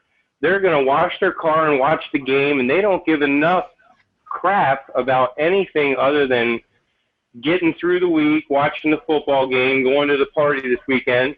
And they're so busy with monotonous BS, in my opinion, that is useless and unconstructive. And I believe that the group of us here desire more than just what we're given to us, because what we're given to us is not enough supplement. But back to the Christian element. My uncle, he's a devout Christian, and when it came to the globe versus flat, he said exactly that. Well, what does it matter? And I had to say to him, if we're on a speck of dust spinning around infinite nothingness, then, it could be that we're just another one of a million aliens. If it's flat, we're it. Yeah, potentially, yeah. Well, yeah. Then you've got other lines of thought where, like, for all we know, there could be a honeycomb of worlds, in all different directions, or it could be something else. But what I mean, John, some speculate that we are the center of the universe and the apple of God's eye, and I believe that this place is a dividing. This is the separating. This is kind of like the filter. In my opinion, no offense to you, Nathan. I think we're over the offense thing, so I don't take any offense from your honesty. Honestly, if you weren't being honest with me, you'd be deceiving me, and I would rather not hear that anyway. I don't like hearing what people want me to hear. I like hearing what you think. So I respect your opinion. And I don't think anybody has to make any apologies just to express what they feel. I completely agree with you. It's one of those, it's open dialogue where you don't feel like, well, I can express my opinion, but I might get ridiculed. Nah, I think we're all decent human beings. And I'd like to add in here, with the whole, as an echo again, but with the sharing of the flat Earth, it does seem that people need to come to the truth on their own. And as much as I try, I get the same response. Oh yeah, You can lead a horse to water, but you can't make it drink. Well, yeah, I agree with Nathan in the fact that he said that they just don't see what does it matter. Besides the people that say what does it matter, or they don't care at all because they're too busy with other stuff, they look at you like you're crazy, If you look at the basic observations and don't get it, you're retarded, in my opinion. I'm sorry. It's too easy. The math is so simple. You know, the drops in elevation that there should be with a heliospheric plan, you're not seeing it. It ain't happening. The boat's not falling over the horizon. And the skyscrapers, you can see them at their horizon elevation. That's just even an arc of a rainbow or a bridge or even the stars themselves. If they were circling around a circle, we wouldn't see them circle. They'd be parallel. Nobody ever brings this up. Yeah. That is an awesome point. I 100% agree with you. 100%. That is a good one. Yeah, the star trails were a pretty easy one for me. Like, you know, Nathan, you said it only took you a day or two, and that's fast. I mean, I was at this pretty hard and heavy for a week until I came out the other end of that grinder. But that was just me. Some people it might take longer, some people it might take shorter, but at the end of the day, we have to pick a side, right? I mean, and I don't think it's necessarily we have to pick a model, but we have to either pick a side of, okay, I'm going to go back into the matrix, into the pink goo, or I'm going to break free of the matrix, and even if it does me personal injury, it doesn't matter, because I feel like we've all been sort of called to a higher purpose, and we should be held to a higher standard, or not that we're held to a higher standard, but that we should take that moral imperative and take this to the next level, which is going to be action. And I think that action. I agree. I mean, it's an interesting one, because although it's not on flat Earth, it was a similar topic that I was talking about with Antonio the other night, and he was talking about false flags and hoaxes, and saying next time there's an event, so let's say there's an explosion, that there's an obvious hoax that we've all looked at and gone, it's an obvious hoax. Next time you hear someone mention it, say, oh, my next door neighbour was talking to me. He had a phone call from his sister, and they were actually doing it as a drill. Yeah, it's all a load of nonsense. It's just all a big joke. And that was kind of his idea, to sort of, use the same propaganda they use against them. But my argument was, well, we should be held to a higher standard than that. That's what they do. Yeah, you could argue fight fire with fire. If that's a tool they're using, why shouldn't we? But we should be held to a higher standard than that. Well, let's put it this way. We already are, because they will not argue. They must ridicule and make us look like idiots through their media venues, because they have no facts to back up their shit. We absolutely have the facts. They will not discuss it. It's obvious. So when someone will not discuss it intelligibly with another group who's coming at them saying, hey, you guys are full of shit and this is how it is, and this is reality, and they won't even discuss it with you. Get an astrophysicist to debate with you. And John, you've been in that position. You schooled his ass. You schooled his ass so bad, he didn't even break. It was like he didn't do his homework. It's like he came to school without doing his damn homework. And he looked like an idiot. And Art Bell, man, I don't do coast to coast. Since that show, I don't do coast to coast. That was bullshit. Tell us a bit about your interview with Art Bell. Oh man, it was a barrel of monkeys. No, actually, it was kind of fun. Can you come? So this was I was only really a few months into this, and really it's a journey, because it might have taken me a week to come to this conclusion, but I'm still learning new stuff all the time. But I was pretty new into this, a few months. I knew my basics enough to where I know how to argue. I think I probably do better with arguing than I do with sitting around talking, because that's just me. I'm an argumentative person, believe it or not. But I had a lot of fun with it, because I knew that I had the correct position, and nothing he could say was going to debunk this, and it could only possibly make him look stupid. And I probably didn't do the best job as possible, because, well, they had control of the call. It was 2-on-1, and shut up, dude. You had control. You schooled him. They couldn't shut you down. The guy came to you with observations from his buddies, his astronaut buddies. Well, I've been told this by this person. Dude, you going to come to the baseball field without a bat like that? You have no information to back it up. He was unprepared, and if he thought you were going to be some dumb knucklehead from nowhere. And when I heard that, I was appalled at the way that you were treated by Arbel. It amazed me because he's usually so unbiased. It's not funny. Oh yeah, so you're a lizard from the year 2063, really? That's interesting. Right. Get Flat Earth on there, and yes, so there was definitely that. But I mean, I guess it really did. There was a lot of listeners that night, and a lot of people didn't hear it the way you heard it. A lot of people didn't hear it the way that it was. They heard it the way that it was presented, and so. I kind of got pissed about that, and I did a remix of the whole thing and just sort of picked apart the biggest points that he made and some of the points that Harvard astrophysicist and on multiple advisory boards for NASA, Dr. Josh Grindley, the best that he could come to the table with were arguments like the mass of ships appearing over the horizon before the hole as observed by Christopher Columbus, which that's like Flat Earth 101. So yeah, he was totally unprepared. The arguments that he brought to the table, I think I did a fair enough job, putting question into his arguments, poking holes into his arguments. So that was my position, and I knew that without curvature and without axial rotation, he doesn't have anything. But they didn't want to stick on those points. They wanted to get onto other points. Well, see that, and with that in mind, that shows you the brevity of this, the length, the girth of the lie, because someone had him under their thumb. He's not impressed with people. He doesn't kiss ass. He kissed that astrophysicist's ass. Yeah. In a bad way, completely, and that shows that you have struck a nerve. Everybody who is willing to speak about this, you're very bold, John, because most people are afraid to even go there, and especially to present it.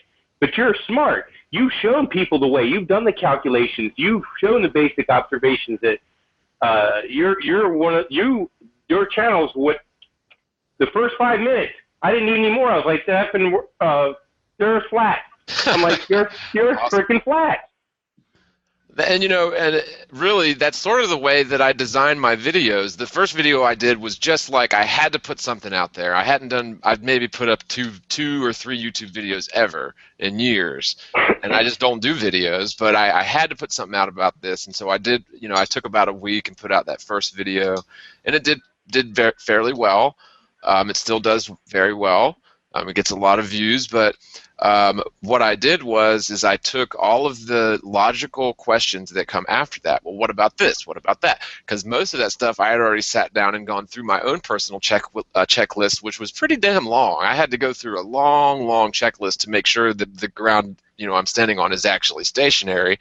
But once I came to that conclusion, for sure, then there's almost like it is empowering because you know the truth. You're aware of the truth. You don't have to pull theory out of the sky in order to make your theories work, right? Theories on top of theories, and pull some more theories out of the sky to get those theories to work. And don't forget about dark matter and gravity. I mean, all these theories, they're not necessary. Plus, add millions and millions of years so you have time to bring out the next equation. Oh, and yeah, my time zone changed. Anyone else experienced that recently? I'm now GMT -4 instead of 5. Oh, nice. Wow. Yeah. I was trying to figure out how that works. I guess it's a natural, regular thing that they do. I guess it changes once a year. That's pretty stupid, though. That's part Why of would the they course. change it? They've got to distort those lines. Can't let you know exactly what's going on. Yeah, I wonder if that's it. Did anyone, seriously, did anyone else have their GMT change in the last 6 months? 3 months? We have it all the time. We're currently on British summertime. Okay. Well, no, I'm saying my GMT went from -5 to -4. So now, is one of you talking about daylight savings and the other talking about actual time zone? Yeah, Greenwich Mean Time. Yeah. I've been -500 forever, for years, and it just changed to -4 in the last 3 months. It's because it's wrong all over the place. We've seen this loads of times. So we only came across this from trying to tie up show times and make sure that the people in the States got the right time. And depending on your source, you check it, and it's wrong. and occasionally they'll correct it, but it's all just part of the same fudging, distorting time and where it is. I mean, in terms of the amount of timelines on time and date, there's 27 time zones. It's just nuts. Well, the timeline also is banked on the heliosphere, so it doesn't apply to us necessarily anyway. And maybe it does because it worked its way out. But yeah, that.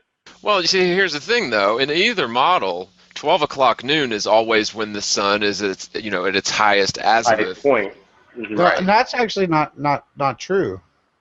Well, shouldn't it be true though? I mean, technically, it should be high noon at every meridian. In the south, during the solstice, the sun is at its lowest horizon point, all the way across the board, Earth-wide. And in the north, the sun reaches its zenith in the most northerly sky. So we're looking straight up, and the sun seems to rise higher in the summer in the north. Right. Yeah.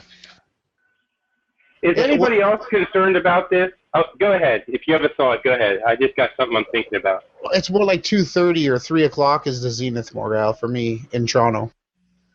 And that's on, I'm sorry, which coast? West Coast? It's East Coast time. East Coast. Same as New York. It's like 8 hours. So you must have jumped back, because I know it's been GMT -5 for years. I had to put that into every user account I ever set up for my business for years. And so it's just kind of funny to me that it would just change one day. And so to me, yeah, that makes a lot of sense that they're trying to get, their timeline to match up with our 24-hour clock. But I think that we should do it the other way around. We should just simply set our clocks to the sun. I mean, that would be a whole lot easier, wouldn't it, than having, noon be when it's at the 2:30 position or whatever. Yeah, I mean, it goes on and on. You've got leap years. What a load of nonsense. Yeah, indeed it is. I have a concern, though. My concern here lately is the flat Earth going stale and the media making us look dumb enough and then kind of overpowering the movement. Does anybody else feel that yeah, there's how do we move forward? How do we move forward and keep this relevant and fresh so that it isn't something that they can just bulldoze under? Well, and I think, like I was mentioning before, I think that we need to take this into the realm of action, and I don't mean anything violent, but I mean we need to have ends, and I think that the score of those ends should be the first off, get rid of the Federal Reserve Bank, second off, get rid of the IRS, the CIA, and that's just for starters. What do y'all think, or at least Nathan? I know we lost. It's Rob, right? Yeah, he's getting up early. He did say in the chat he was. Oh, okay. Yeah, no worries. But you guys are having to deal now with the whole Euro scam thing, and the World Bank is being propped up to be this huge central bank that's going to be issuing everyone's currency. It appears. How do you feel about your currency over there? I think it's a nonsense. I think the whole monetary system is a big, massive distraction. There's lots of people that say, well, the bankers still see those numbers as important to them, and therefore it's relevant. But it is just another structure, another layer of deception, another, something to keep us busy. Money is just like that. And in terms of, what you were saying earlier, is it Che? Che. You were saying, well, how can you? What's the importance to you, if I put it as a question? So you're saying I'm worried about it going stale. Well, for you as an individual, forget everybody else for a moment. Has it empowered you to do something more? From the knowledge of flat Earth? Yeah. Has it given you, like I'm trying to attribute it to John and his videography, but I'm saying for you as an individual, has it given you more emphasis to do stuff, or has it helped you as an individual? So forget the powers controlling people. Yeah. Detach yourself from that. Let's put it this way. It is, like I said, a cog to me. It's a part and a working member of something that I'm glad that I have knowledge of it. What it has opened up, it has opened up a can of whoop-ass on the fact that we're deceived on all levels. From our history, which is not written by actual events because the events are predicated on cause and effect by people who start and initiate these things, from false flags like we're having over here and in France and everywhere to all these things. So it is empowering to have a slice of truth, but it is but one slice. It is a big slice, don't get me wrong, okay? But it is a part of my overall makeup as a person where I'm like, okay, well, all this is true, that we've been deceived on all levels from society, how my country is not a country. My country, if you look at the United States, is a corporation. It's not. Sure, you hit the nail on the head when you said you've been deceived. So if you simply, again, from a personal perspective, you turn off your TV, you're no longer being deceived. If you cut those people out of your life, no contact ever again, literally, your life is enriched. Your fulfillment in terms of what you do with your life, your time. If you want to bring money into that, that's fine too. But, you could equally say, well, I use my time to provide services in barter. So, once you detach yourself from these people that you're attributing power to and worried about their control over others, well, you're still back in that web. Whereas once you detach yourself, yeah, right. So that's what Flat Earth gives me. This is the point I'm trying to bring it to. Is you I agree. detach yourself from all of those nefarious things and just literally completely ignore them. Detach yourself completely. And I do that now. I'm not a TV guy. I watch Netflix, so I pick what I want to watch. And I don't watch too much TV because I'm really busy. But I 100% agree. You have to ignore that. You can't watch the mainstream media. You can't believe what they say. They're trying from Hollywood to the nightly news. All those people are appointed. All those people are in positions. They're all there to make this whole situation look like something it isn't. And I can see through that veil now. I've seen enough layers to see that all of it is connected. I know the symbols. I know where, going back to the Luciferian thing, he marks his territory with his symbols, and his people are promoting that type of lifestyle. I can see it now. If you think about it in this way, so if you're on the street and you see the guy doing the 3-card Monty, right, and he rips you off, he rips your money off, and you've lost your $5 to the guy who's a street performer. At that point, once he's got your money off you, you've got a couple of choices. You can stand there and point to the crowd and go, look at this evil sod, and moan and come back the following day and do the same thing over and over again. Or you can cut your losses, walk away, never go near the stand again, and you've best $5 you've ever spent because you'll never go near that table again. Exactly. Making the lemonade. Hey, Che, we got Antonio on. Antonio, I see you sitting there patiently. How you been doing, man? I'm good, thanks, John. Have you been on long? Have I? No, I've just come on. Okay, all right. So you didn't miss much. No, I'm kidding. It's good to have you though, man. What you been up to? Yeah, thanks. What I've been up to actually is sleeping. So that's why I missed the start.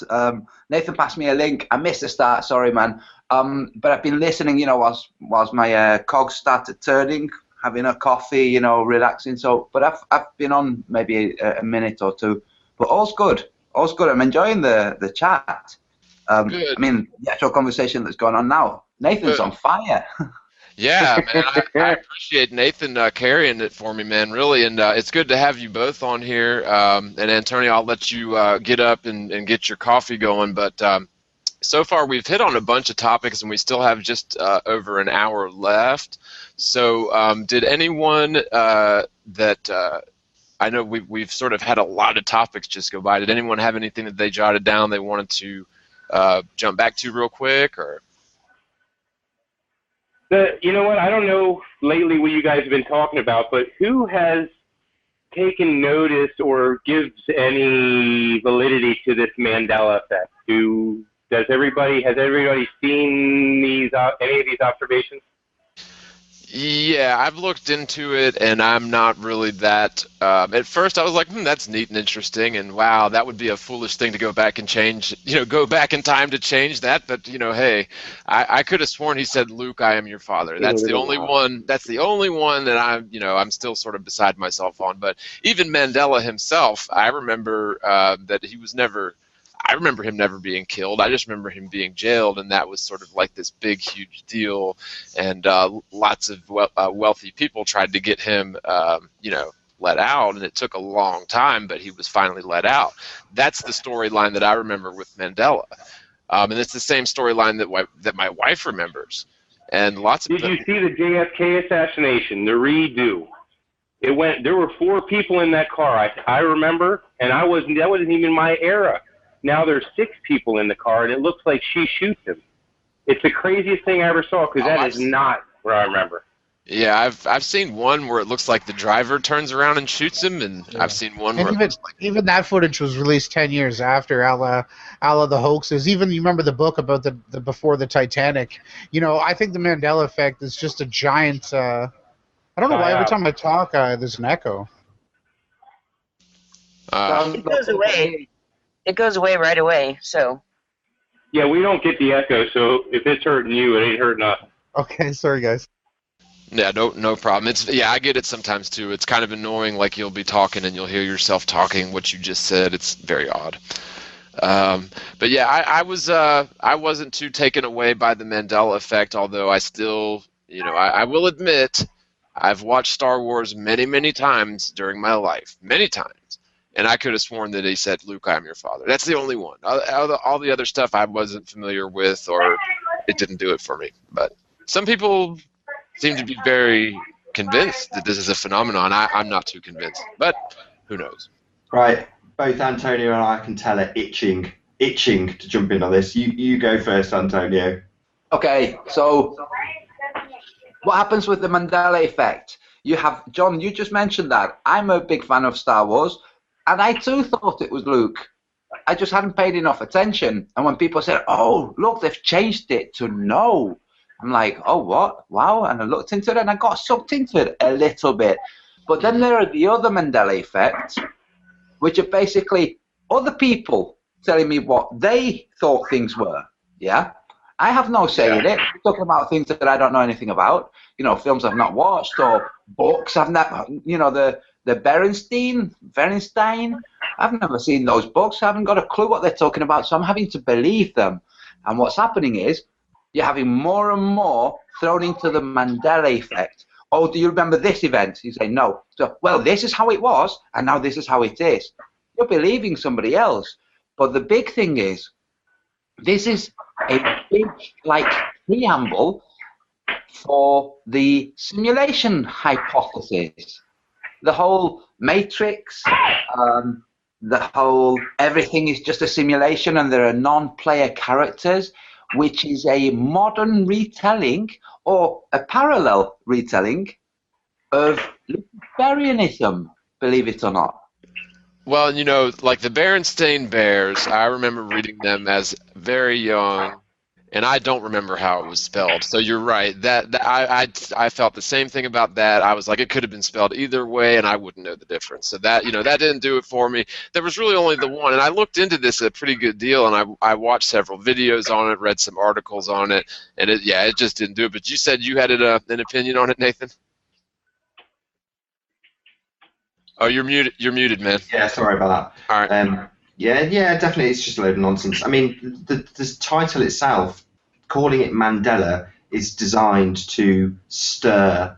It's designed to cause controversy. So just the title itself. I mean, I've not got anything against simulation theory. I even had Antonio and I had Mark Sargent on. We discussed it at length. The positives, negatives. Ultimately, I don't believe it. I don't believe in simulation theory.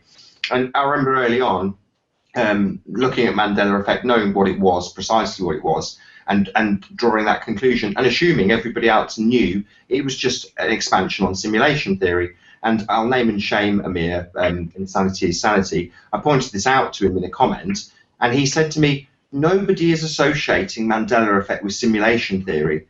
And it's like, no, I appreciate that. That is the problem. nobody's associating it for what it is. It's just another repackaged bullshit theory that was rubbish. You know, it always was rubbish back then, and it still is rubbish now. It's not a great theory, but it's been given this title, this horrible title, Mandela Effect. That particular part of it really gets my back up.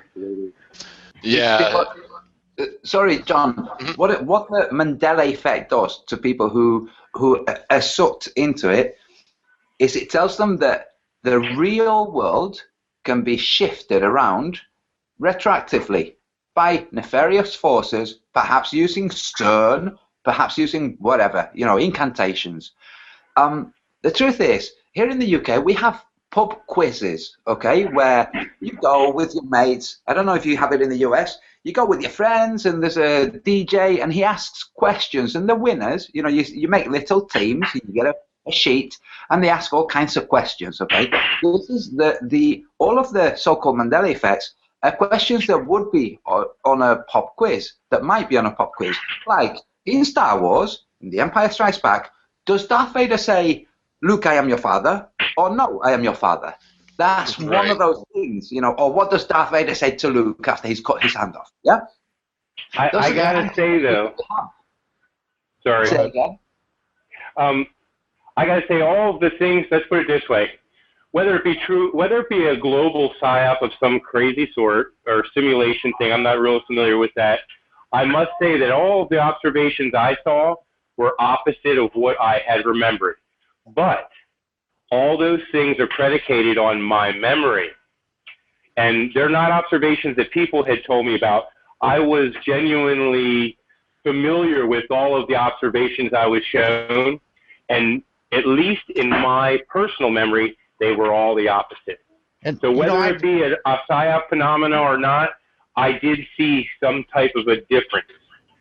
So when John we go got to the point early on when John said, if I could go back in time, when he was talking about Star Wars, well, let's just extrapolate that out a little bit. Go back in time. So we've given this idea of timelines that someone could go back in time and have the timeline be altered. Well, where's this notion come from? Well, it's come from all the same bullshit programming that we watch when we're watching Star Wars or Back to the Future or all of the shows I listed. These notions are very familiar to us, almost too familiar. Well, there's a very good reason for that. Well, the esoteric meaning of Mandela would be the Hindu term for circle. The Hindu Buddhist meditations is where they raise their consciousness and they fix themselves to the sacred circle.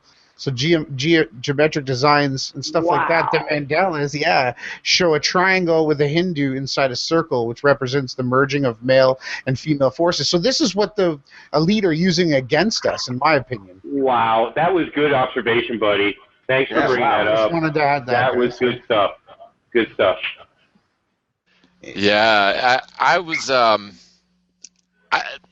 don't know. I was sort of taken in by it a little bit, and then I really did go back and think it through and check, you know, was I being misled, you know, the Berenstein thing, and every one of them, you know, it could have gone either way. There was the one, and again, that was the Luke Skywalker thing, right? But you're right. I mean, it could have been something as simple as, like, I don't know, a bar owner that does those, you called them pop quizzes. We call them trivia. We call it trivia here.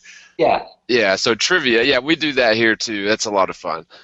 Check this. Okay. So find the trivia answer that everyone gets wrong, and then put out a social media misinformation campaign based on researching what people get often wrong.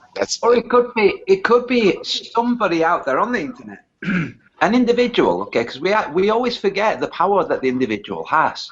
So it could be as simple as one individual starting a meme, okay, and then it just running wildfire. No nefarious organization directing things. It could. I'm not saying it is.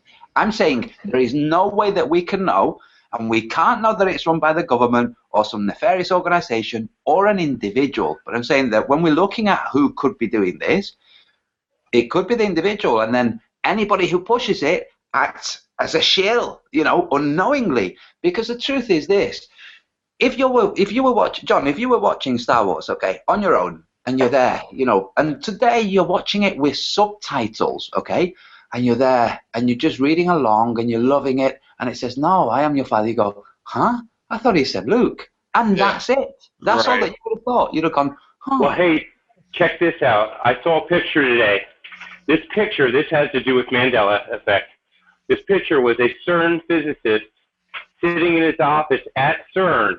He had two placards or pictures, big cardboard cutouts on top of him.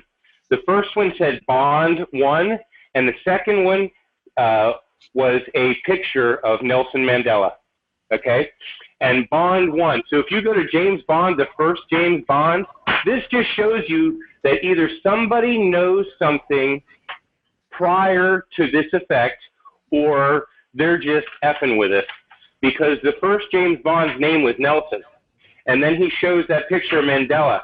And he's either laughing at us because we're stupid and we're believing the psyop, or these people knew ahead of time what they were doing.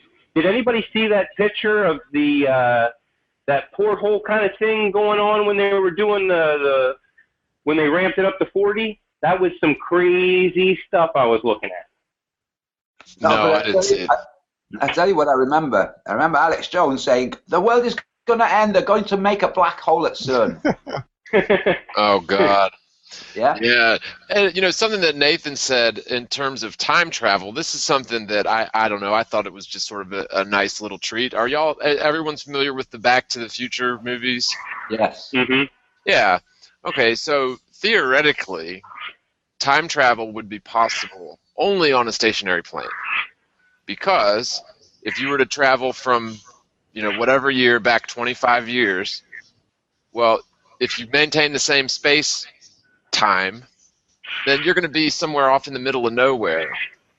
Yes, up in the middle of the galaxy, right? Yeah, you'll be off. So in Red Dwarf, they got around this. So you can't have just a time traveling device. You also require a faster than light device in order to be able to travel anywhere and any when.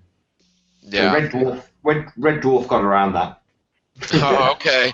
Well, and the thing is, if you go back and watch Back to the Future, the original one, they've got some flat Earth hints in there, and you know, the whole idea of going back in time, if such a thing were possible, I think it would only be possible if the Earth was stationary, because you know, if the Earth was zipping through space along with the sun, along with the galaxy, then if you went back 25 years at that place, you know, the galaxy would have theoretically never made it that far yet. So you'd be out in the middle of nowhere. So I guess what the point is Back to the Future, the movie, or time travel in general, would only be possible on a stationary plane.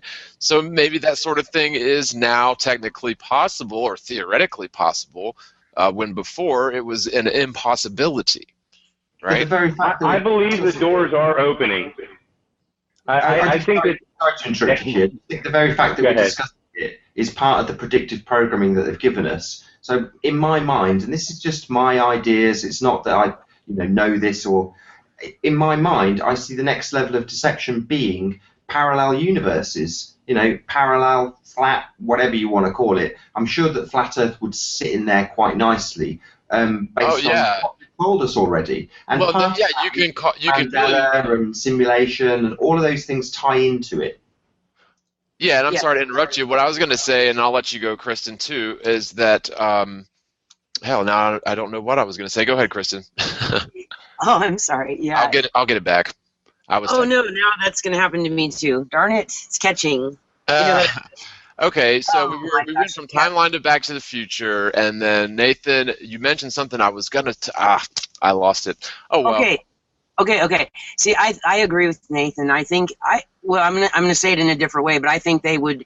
I agree with him about the predictive programming that it's no different than all the other pre-programming about space, all that kind of stuff through science fiction movies and materials, whatever, books, all of that. And I think they would love for us to believe in time travel, and parallel universes are related, obviously, as Nathan just made the point. All of those things tie together. Certainly time travel depends on parallel universes, to be more clear on that point. And interestingly, this does tie into, in a roundabout way, the topic I wanted to talk about tonight, but not directly. Just in steps we could get there. But I definitely want to talk about time travel, so I'm glad it's come up. Yeah. Even though not what I was going to start with tonight. I wanted to look at that image, but that may not be appropriate tonight. It depends on if it naturally makes sense. So, no, it's totally appropriate, and if you want, you can screen share. And just one thing I was going to mention, I rudely interrupted Nathan, is that the Vedic cosmology, that the ancient, I guess, Eastern Indian sort of cosmology has different layers of Earths upon Earths, and we're just one of these layers, and there's lots of other worlds. That's beyond our scope of proving. We can't even, we don't even know what's going on in the Antarctic, really. And so, to go beyond that and say, oh, there's probably layers of Earth, like a big layer cake, I think it's premature, and I have to agree. So, just wanted to mention that. A couple more things I wanted to mention regarding this, because, about the Mandela effect. Looking into it, they're seeming to want us to believe that it's attributed to some sort of time travel, yes, and that it's about parallel universes. And so again, that is where we're hearing it again, and they're starting to normalize it. And even in that video, you may have seen that sort of maybe went viral, I'm not sure, but with the celebrities that ride around in the car with the host where they sing songs, and they're all ready to sing the end of the Queen song, and then it doesn't happen the way they expect. And so the video is used to kind of laugh at the Mandela effect and how, but just, again, sort of normalize it. And the more they normalize things by poking fun at it, the more it sort of, has a better chance to just sink into people's subconscious, but still be there, even though they may not have bought into it. And, over time, that has its effects. Now, why would they want us to believe in time travel? This is the bigger question, in parallel universes. And I believe it's a fairly simple answer. Just like with the heliocentric concept, it is something that makes us feel very out of control. It introduces another element of chaos into our existence, and that's where the idea that somebody could go back in time and change all these things, all these stupid trivial things. It implies that they can change serious things, but the idea is that I think the implications are even more perhaps formidable when you think about the future context of it, where the idea that events can be predetermined and things like this. So it's like, that changes the concept of what is the purpose of life if things are out of our control and or predetermined, and things along these lines. And so all of these things are lending to a sense of powerlessness, I think, that we end up with on an individual level, where more and more we end up just giving our authority away, our power, so to speak, to people who tell us what is reality, which is what they assume that they have license over. This is what we're all subject to. I think this is why a lot of people can't even believe what their own eyes see, because they're already surrendered to the authority that tells them we're on a spinning ball our whole lives. And so they're just not going to question it. And that's a very sad state of affairs, and not to offend anyone, but it would just be good if we can free our own mind enough to ask the questions that need to be asked and not just accept the information we're given. And usually it's without even a real explanation, most of it. I've noticed that all throughout my life. It's just amazing the way information is given to us, but not to go on tangents, but I agree. Make right points. No, it's very deep psychological programming, and the subconscious mind is so much more powerful than we tend to think it is, because it's going on in the background. But the subconscious mind is responsible for just so much information being passed through it and processed, and then you have things like dreams, and we really don't understand those and how they operate. But the subconscious level is being sort of played with, I think, not just through mass media, not just through education, but through a variety of tactics that they use to get us to come to these conclusions, or to have these discussions, and to go down these lines of thought in terms of time travel and this and that. So it could just be like Nathan said, and I tend to agree with you on that, Nathan, that it's just a bunch of bull. But if it's unlocking in people like this idea that, oh, time travel's possible, and oh God, if they could change Star Wars, then who knows what they did. Well, if they had a time machine, they've already done what they're going to do, so there's no stopping it. But I just don't see. I don't know. I don't see us ever being wise to any ripples in the space-time continuum or the flatty time continuum. You know what, John? Sorry, Evan. If you think about what the whole Mandela effect has done, if we just look at it pragmatically, it has made people think, Jesus, what can scientists do? How powerful are they? They can change the past, and what they're doing, they must be trying it out by changing freaking book titles and stuff. But this is how powerful scientists are, because nobody's sitting there thinking, wow, the divine consciousness must be trying something out. Nobody's thinking that. Everybody's thinking, look, they must be using CERN, they must be using HARP, they must be using a combination of things. And the truth is, no, none of it. That's just the bullshit that Nathan referred to is this. We then swing, we have this quirk, okay? It's nothing. The truth is, it's nothing. If people weren't saying, oh my God, Mandela effect, we would individually be saying, oh, that's interesting. I thought it said Luke. That's it. That's what we would be doing individually. But now it's this big thing. Now we've heard CERN thrown in there, this mega powerful thing. Now the thoughts are veering towards what can scientists do? And the truth is, they can't change freaking book titles in the past. They can't change films. It's just things that the authority, which is now scientism, is trying to impress us with. But even if you think about what CERN does, it's got nothing to do with it. The reason people are talking about CERN is conspiracy theorists like us notice something. We try to find the reasons for it. We can't find the reasons. We see in the news that CERN is doing something, and at some point somebody goes, oh, it must be CERN. That's totally invalid. There's no reason to think CERN is doing. First, there's no reason to think something's actually happening. And second, there's no reason to think that if there was something, it's CERN with its scientists. You guys see totally. Terminator? Do you remember Terminator 3, Rise of the Machines? Sure. You've got the female Terminator. Well, they show us a Hadron Collider. So there's a scene where they're underground and they have to power up this Hadron Collider, or similar device, great big circular underground particle collider, and they have to pin it to it. So you've got this time-traveling movie giving you images of a machine that's like CERN. Yeah, well, it could even be those ideas, because when we watch a movie, and I've seen Terminator 3 as well, we'll watch that movie. We may not even, we may see those scenes that you just described and not really pick up on them and store it in the back of our subconscious somewhere, so that 10, 15, 20 years later, we come up with what is an original thought, or what we perceive to be an original thought, but was actually seeded by that original subliminal message. So that is exactly how that works. And I've even been, very much looking at CERN. I'm convinced that is a fraud, just like NASA.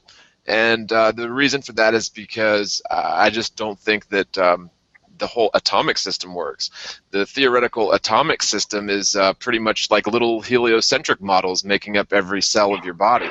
And I think that there is no good evidence for that. I think it's theory, and the numbers work in terms of the exterior electrons, the valence electrons, match up based on these numbers that they've got all figured up. But it's just theory. We've never imaged an actual atom.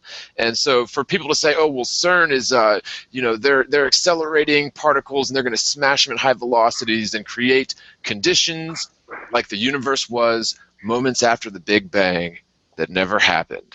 Yeah, right? Well, the thing is, you have this theoretical Big Bang that never happened. And with theoretical physicists, what they do is they conjure up a thought based on the false, or at least very flawed, theory of relativity. So they believe that. They then come to an assumption that something must be a natural result of a sequence of events. they then send it down to, we've seen this in the Big Bang Theory, the TV show that Nathan mentioned earlier, that the theoretical physicists are the ones at the top of the physics pyramid. They think of something and pass it down and have the experimental physicists see whether they can manifest this to prove or disprove the new theory. So the Hadron Collider is just a big version of that. It's basically theoretical physicists saying, look, if the Big Bang happened, then it must have happened by some process. Let's make a huge device that could at least demonstrate to us what that process was. The truth is, the whole Big Bang didn't happen. And no matter what they can create sparks, I'm sure. I'm sure they can create all kinds of stuff. But they can't create something that will actually truly validate the Big Bang Theory, because the Big Bang Theory starts with zero, and you can't have zero leading on to something. And I think with CERN, I think it's probably a lot like NASA in a sense that most of the scientists and stuff working there, they don't have a clue that they're just getting randomly generated charts out of a machine. Nobody's inside of that machine when it's powered up and running, right? And so it's all very much theoretical with printouts or however they get their data, and they'll sift through that data for years and years when it really could have just been randomly generated or whatever, but it's certainly not going to prove anything like a Big Bang, especially when you realize its truth. And that's why I concluded a while ago that CERN was a hoax. I haven't dedicated as much time as I probably should have to it, but when you've got something like NASA, I mean, CERN is sort of secondary. That's nowhere near the cost over the years. Absolutely. Do you know what? Have you read The Hitchhiker's Guide to the Galaxy? Oh, yeah, absolutely. I love that book. The movie was awful with Mos Def, but the book was good. Yeah, the original BBC movie I actually liked, but not the new one that with Mos Def. It was pretty stupid. Yeah, it was. But for anybody who hasn't read The Hitchhiker's Guide to the Galaxy, The Hitchhiker's Guide to the Galaxy has this idea that there was a group of humanoids, some kind of group, who wanted to know what the meaning of life, the universe, and everything was. So they asked the computer. They had a huge computer, and the computer said, okay, yeah, I can tell you the answer. You'll have to wait several million years. So they all die, but there's this ceremonial, belief-like, religious waiting for the answer. The answer eventually arrives, and the answer is 42. And they're all like, what the hell does that mean? And the computer says, well, if you want to know what that means, you're going to have to create a different kind of computer that will render to you a meaning that you can attribute to the number 42. Spherus ratio. Yes. Yes. Simple. So this is when Slatty Bart Fast creates this new planet computer, which is the Earth, which is being run by the mice. And the whole reason for that is to render a result for the question of life, the universe, and everything. That's basically a joke about CERN.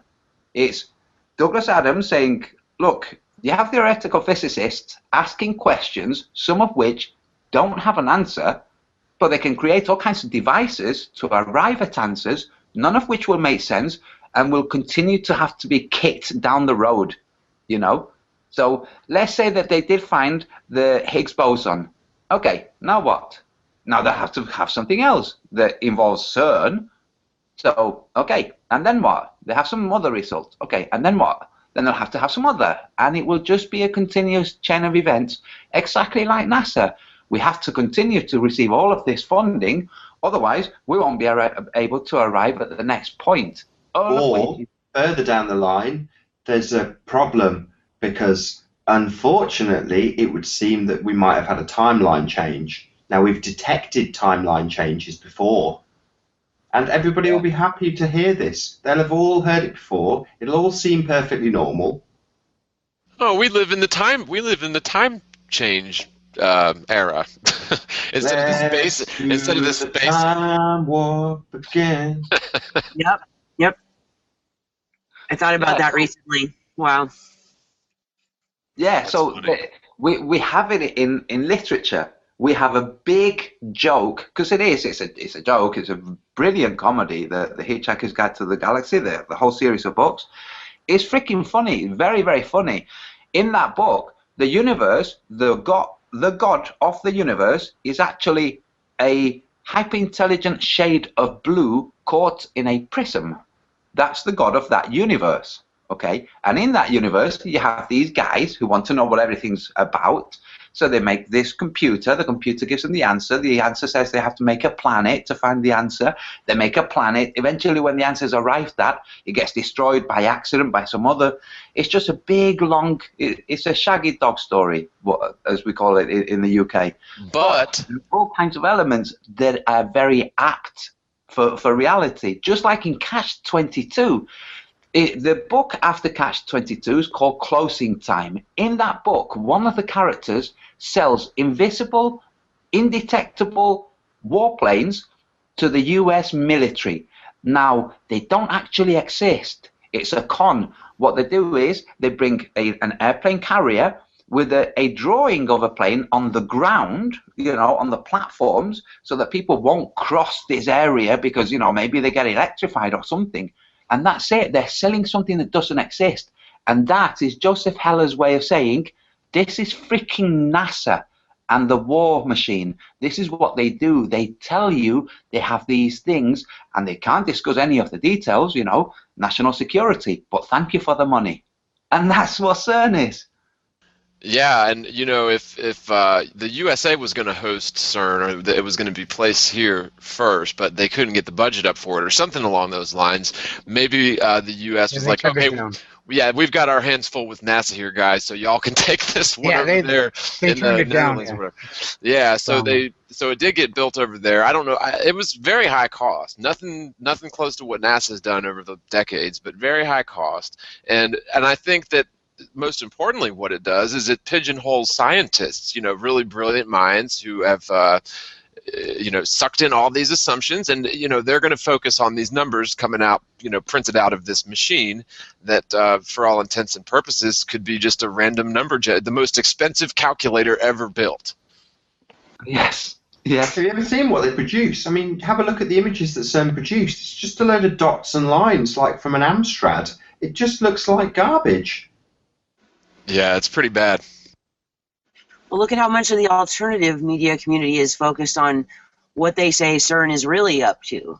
That they say it's smoke and mirrors that CERN is trying to recreate the Big Bang. And they say what they're really trying to do is, open a portal to another dimension and all that business. So what's your thoughts on that? Is this just all fear porn because they keep the whole? It's exactly the same principle as telling us that there's aliens. It's the same. You push aliens, the nonsense bit, into the alternative media, but you let it simmer. Let it simmer away. Well, you have CERN that's obviously government-controlled and legit, but you let the alternative media talk about stuff that follows along the rhetoric, follows along with the next big lie. So by saying it opens portals, well, that's beautiful. It ties in nicely to what they're going to tell us 10 years down the line, 15 years down the line, whenever they're going to tell us. So long as it's kept in the alternative media, well, aliens, if Flat Earth gets out into the mainstream populace and is commonly understood, well, then aliens, they're probably not quite so good in that model. If for the sake of argument there are aliens that are coming from across the plane, you still need to keep that kind of under wraps. So you need other plans in place. The heliocentric model's got to be kept up and maintained for a reason. There's a deception there. None of us know what that reason is, really. None of us. Well, if there are indeed aliens coming here in flying saucers, which lots of people believe now, and lots of people have claimed to have seen, and it could very well be military propaganda, it could be trickery, or there could be beings visiting us from some other world or some other place that we're not aware of. Yeah, and so if that's the case, if they are actually coming, if that's the truth, then I could see why they'd want to cover that up, because the first question is going to be, well, where'd they come from, right? And they're going to have to come up with some planet or some star system or whatever. But then, okay, well, how did you do it? With what technology? How could you possibly make it this far? And I think that the conversation would just get they want to stop it there because it would be obvious at some point You know, they got 2 arms, 2 legs, and 2 eyeballs. Obviously, they're not coming from the Crab Nebula, right? Yes. You know what I mean? Yeah. So yeah, I think the whole CERN thing is, you're right. There's a lot of propaganda going on that they're going to open a portal to another dimension. You know, they're gonna find the God particle or the Higgs boson particle or however you say it. They're going to open the gates of hell, like in Buffy Yeah. the Vampire Slayer. While we're on this subject, I know we're getting to the end of your show, John, but on this subject, so what would you say is more likely? So you go to the next puddle. Let's just pretend for a moment we all believe in infinite plane. So you go to the next puddle. What's more likely, that you find what they describe as being a grey alien, or you find someone that's like the Chinese or the blacks? In other words, just a different type of person. I would say that the latter is far more likely. Yeah, I would agree, and this is based on some historical accounts. I'm sure that y'all have seen the one of the two. They were like Norsemen, father and son, went up to the land beyond the north.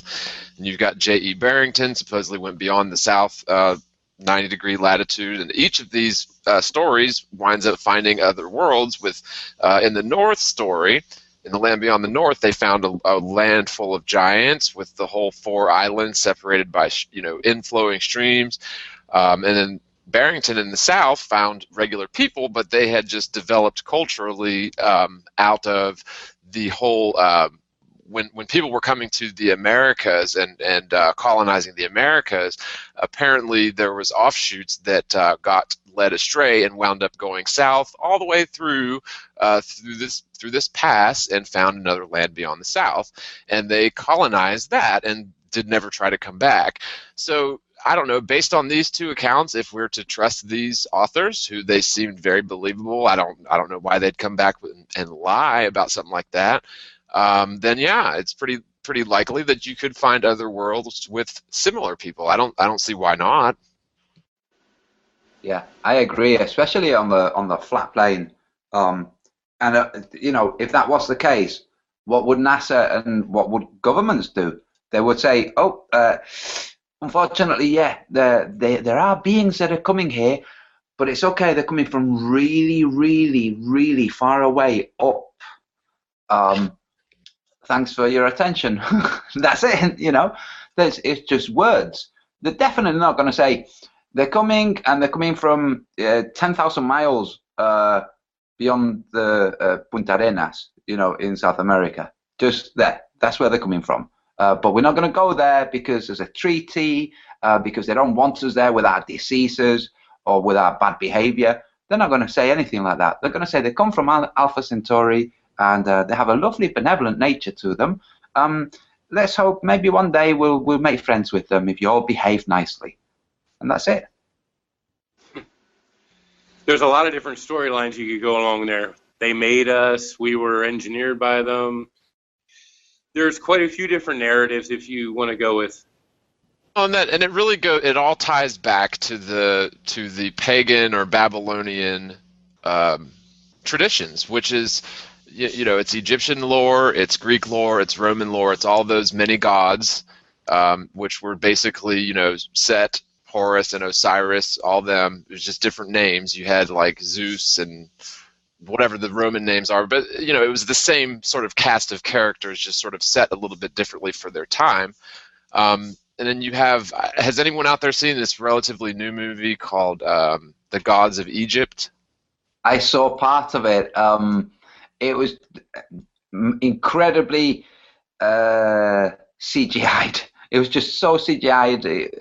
It looked okay at the beginning, and I thought, I haven't got time for this. Really, I watched it for the Flat Earth caption at the start, when you have the main god but in the chariot, which is a huge UFO, dragging the sun around. Yeah, that bit was interesting, but I didn't. Did NASA produce it? I don't know. They're good at the CGI.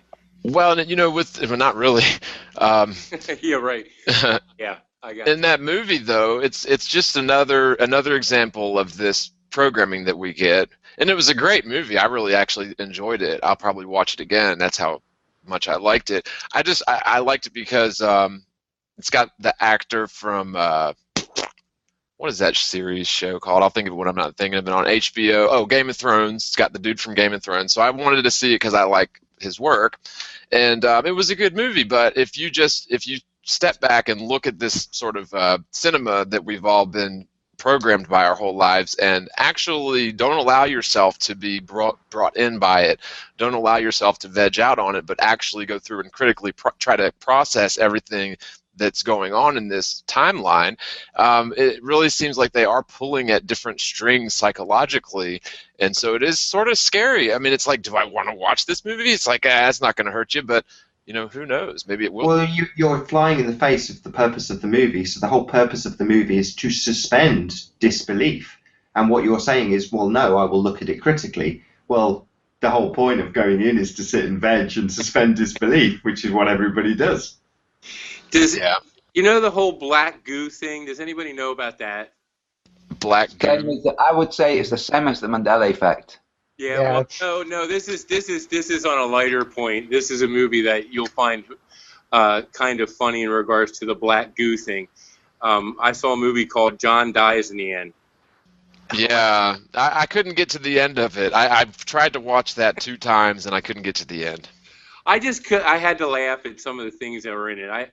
I'm a B-rate guy. I find the under CGI and creative kind of thought movies a little more interesting than the ones that have all the explosions. Yeah, that movie was very gory. I thought it was yeah. John dies at the end. Yeah, I'm pretty sure, weren't they like hacking people up or something? I don't remember. No, nobody died. John didn't die either, so I remember. Oh, well, I probably need to go rewatch that then. No, it's hilarious. It's actually a comedy, and it introduces the black goo at a weird level. I don't know much about this black goo that they're talking about, but I thought it was like a funny segue. So if any of you guys check that out, I think you'll laugh your butt off. It's pretty funny, actually. Hey guys, if you don't mind me jumping in, I'm looking at chat and there's somebody saying, has Antonio publicly repented for promoting flat earth math? No, and I won't. Well, that guy demonstrated it is bona fide and true. So if you have a problem with flat earth math, then that's okay. But when he's demonstrating that AutoCAD doesn't render reality, dude, if you're not willing to accept that, then you need to wake up to reality. And I see that in chat, there's a couple of people that need to wake up to reality. Well, the issue that I always have about the AE map is not that it's not accurate. It's that you have to understand what is the matrix of the map. What is the map showing us? And when you understand that, it's not that big of a deal for me. And again, what the problem with that map is that it's closer to correct at the center, and less correct as you get away from the center, especially when you get out past the equator or that central ring. It gets less and less accurate in terms of size and distance. So all that gets skewed into the point of infinity around the South Pole. So if that's the case, then distances are going to be stretched out. And you're like, well, you can't do that on a map. Well, if you're looking at a Mercator projection or a Peters projection, it's the exact same thing. It's just, the equator's mostly correct, with the 90 degrees north and south being infinitely stretched at those points. So at any rate, either way, you've got a map that is not rendering an accurate picture of what the face of the Earth looks like. And that's a problem, especially when NASA shows us real pictures that look exactly like the Mercator projection or the Peters projection. I found that as a big checkmate for NASA, all in one right there, but it's sort of hard to describe. I may have blown through it a little too quick. I think that if we can make the Hadron Collider, we should probably be able to make a map that this is a reality. You're totally right. I spent so long looking at maps. Why the hell are there no 2 identical maps made by different people? You would think that there would be at least certain areas of maps that are identical, and there aren't any. Every single 10% copyright law infringement. Yeah, but really, it's like, come on, they should be. You can say, Antarctica might have differences because it's ice. Yeah, fair enough. North Pole, same, fair enough. But areas that have, coastlines that are not eroding, Say, what the heck? Why is this? Why are all of them different? If anybody wants to verify this, just look at Russia. Okay, Russia has this area around. You have Norway, Murmansk, and this area that goes all the way to the Bering Straits. Look at that area and just compare them and see how incredibly different they all are. And you think that the Soviets would have mapped it correctly, or somebody, but no, nobody's mapped it. No satellites are mapping the Earth and rendering a correct representation of it. There's something definitely questionable there. I think we'll get to it. I think we will. But the other thing about maps that you'll find when you research them is that their map maker is a very much 50% or maybe 75% or 99% artist first, and actual, detail-oriented cartographer. Sometimes the accurate cartography takes a back seat to the beautiful maps that they render, right? And they often, you'll look at some map makers taking creative liberties as sort of a signature in their maps. So they'll add an island that doesn't exist to see who copies them. And so it makes you wonder, well, if map makers aren't, like Mercator especially, aren't too worried about the details, and as long as we can get it roughed out okay and make it look real pretty, then people will, and as long as it works out for navigation, which is all based on magnetic polar north and south, that's it, then it's really a moot point. But maybe I've gotten off course here. Does that make sense? Well, it does. And also, where are they getting all the information for the making of the maps? Because the artists that you're talking about that are rendering these maps, they're not researching the actual information. They're getting their basic information from old maps. Exactly. Yeah. Yep. So Yeah, we have surveyors. You get them sometimes in the street, by the roads. You have surveyors who are just measuring stuff. They're not measuring it because they're going to change the road layout or they're going to bring a big building. They're just measuring stuff. You see them all the time, measuring freaking pavements. Nothing's going to change. They're not going to alter anything, and they don't alter anything when you look, in hindsight. It could be that they're just like, dude, we've got this much money to spend, let's just put some surveyors out. I don't know. But you think that with the surveyors and the tools they have, what they would do is render the coastlines. That would be really easy to do in terms of actually doing it correctly. So why the hell do we not have any rendered coastlines? Say again? If they wanted to actually give us the true information, you would think they would do that. But see, that would take a concerted effort because it's a large-scale scenario. So you're talking one company couldn't just, you'd have to have a nation or a government behind you to actually chart the globe, rightfully speaking, in a way that if you were going to honestly do it and render it correctly, it would be a massive, that would be a rather large endeavor, but not impossible. But it would take a serious fortune to do so also. Well, the other issue too is not so much, okay, well, which old maps are we going to start with, but which matrix do we start with? And again, it's the matrix of the map that's going to define where your points of reference are, or where the points of reference happen to be in your matrix.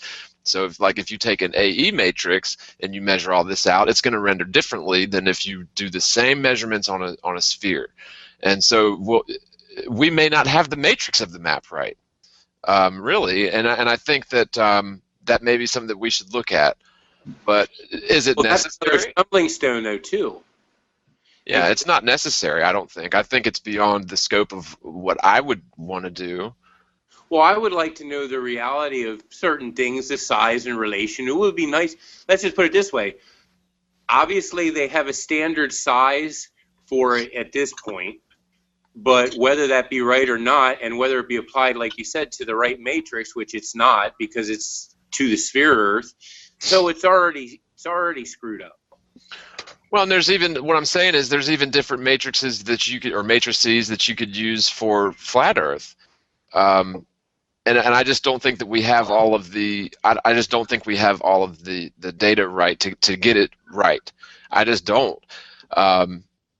Mercator certainly didn't, so I think he just did his best guessing and make it look pretty. So maybe that's the true art of making maps. You know, they have to work and they have to look pretty, right? Well, the thing is, like the map is not the terrain, like JLB said yesterday, which is true. You know, the map is not the terrain, and they have to work. Yeah, the truth is, the way they work, you know, if you're sailing, the way it works is when you arrive at land, you arrive. Okay, the map might say you've got another 10 miles. Doesn't matter, you've arrived. The same with flight. So when you have the map, it has to look like it works. You know, as long as it looks like it works, then it's okay. At least give you your general bearing, right? That's it. Just generally, this is the direction, and at a point you arrive. You know, same with pilots. You know, they don't fly blind. They've got, you know, beacon towers. They've got various different things, and you know, I'm sure there've been pilots out there who've been thinking, right, in the next 20 minutes I'll be arriving at San Diego. It's like, oh, gee, there's San Diego now. Well, that's interesting. And that's it, you know. They're not going to go and write a big report and go to Congress and say, you've got that San Diego in the wrong part of the map. That's, you know, as long as the maps look like they represent the real world, they'll do. The freaking globe with the extra small Eurasia continent, that, you know, when you look at it, you think, this is freaking farcical. Like, really genuinely farcical. Oh, well, yeah. They can't screw up the road maps because they're actually measurable. So they have to be more accurate, obviously. But yeah, topographical or global maps, they just have to be general in observation because it's not necessary for you to have the exact degree at that point unless you're actually calculating like a pilot would his trajectory. Yeah. In fact, I'm sure all of us at some point have drawn somebody a map, a route, you know, from one place to another place. You go into a party, one of the drivers doesn't know, and you draw them a really crude map. I mean, I'm talking before like Google Maps and, you know, mobile phones and all of that. And you draw a really crude thing. You say you go straight until this point, then you bear right, and then it's the crudest thing, but it works, and it's nothing like the actual distances that are going to be traveled. You know? Well, right. And I mean, how easy did Mercator have it? All he had to do was get the American continent somewhere west of the, you know, of France. Yes. Right? So, and then the other thing too is east to west on like an AE sort of projection would necessarily be curved. And I remember early on into this thing, I was on some chat groups or something, chatting with some people, and there was a group of people that had all taken their cars out with compasses and aligned themselves to distant city skyscrapes, say 50 miles off in the distance so they could see it and align to it and align with, say, due east, and just see if that course, if they kept their car straight in alignment with those buildings 50 miles off in the distance, would due east remain, you know, their heading. And from what I gathered from real people that tried this is no, they had to keep course correcting to the right, just as they would on an AE sort of matrix. And so if east to west is actually a curved path, strictly right angles to north and south, which is always, you know, straight lines emanating from the center, you know, in the AE flat Earth model, or emanating from the top of the globe in the globe Earth model.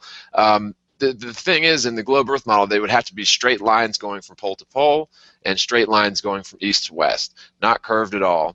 And I urge people to go out there and do experimentation. I personally don't have a good area where I can drive unimpeded for long distances with such a cityscape, but I know plenty of Australian people out there that could do something like that pretty easily. Yeah. Whereas they've got you know, vast areas that they can just drive around on, right? Maybe I could go to the desert and do it. And the thing is, so, you know, you're going to cover a stretch of 200 miles on a road. You're not going to set your distance thing and travel and then get to your destination and go, hey, it was 115. They've got that wrong. No, nobody's going to do that, you know. Whatever mileage, you're going to arrive when you arrive. And when we look at maps, when we flat earthers get told that we don't have a correct map, we shouldn't be defensive. We should immediately turn and say, hey, you're the ones with all the freaking satellites. Demonstrate to me a single correct map of the Earth.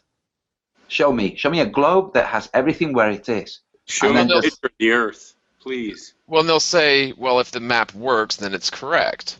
Yeah, well, then we can show them the Gleasons and say, well, there you go. Well, my rebuttal to that then is the maps worked for Christopher Columbus before his maiden voyage in the known world, but his maps, he was looking for the Indies.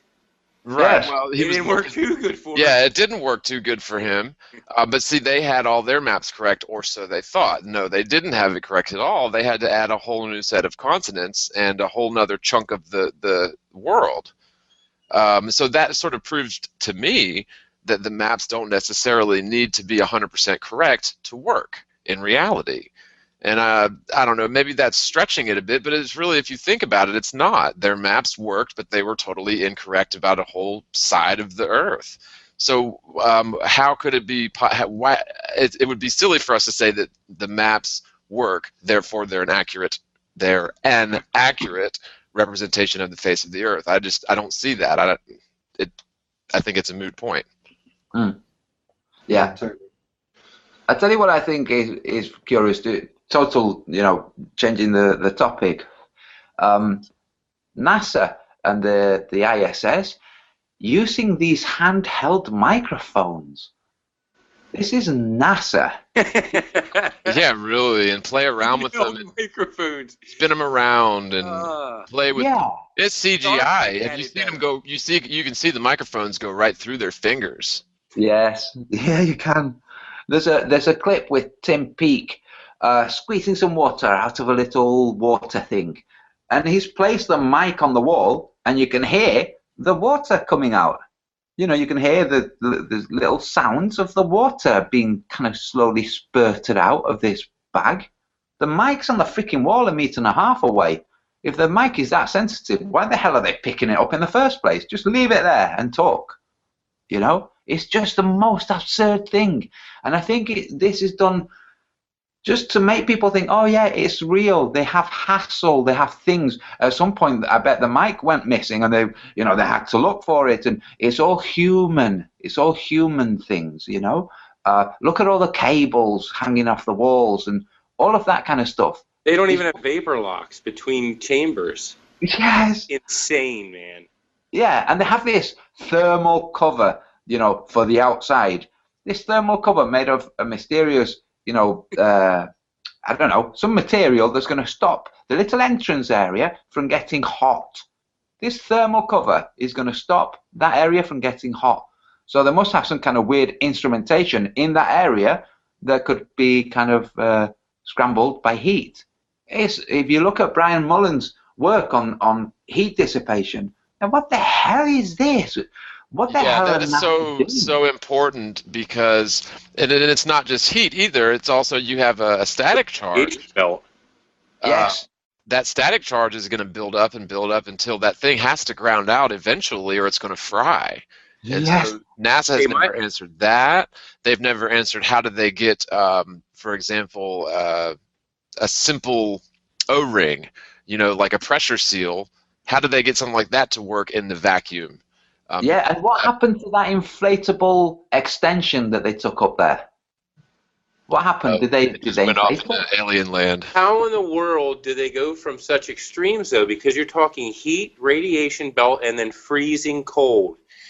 We don't have the materials, and the materials that they're showing us in the plane and the videos they give us that is in their stratosphere that makes it look like they're floating around, which is BS.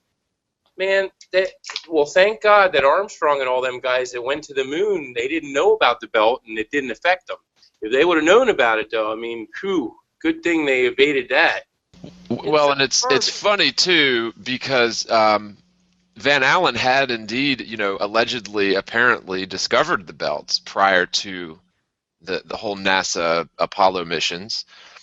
That they were being studied, and NASA was told by people such as Van Allen that they need to prepare for bad radiation up there, and they did not. They didn't put it in the suits or in the fuselage or whatever, the capsule, and so that's a really good proof that the Apollo missions were lies.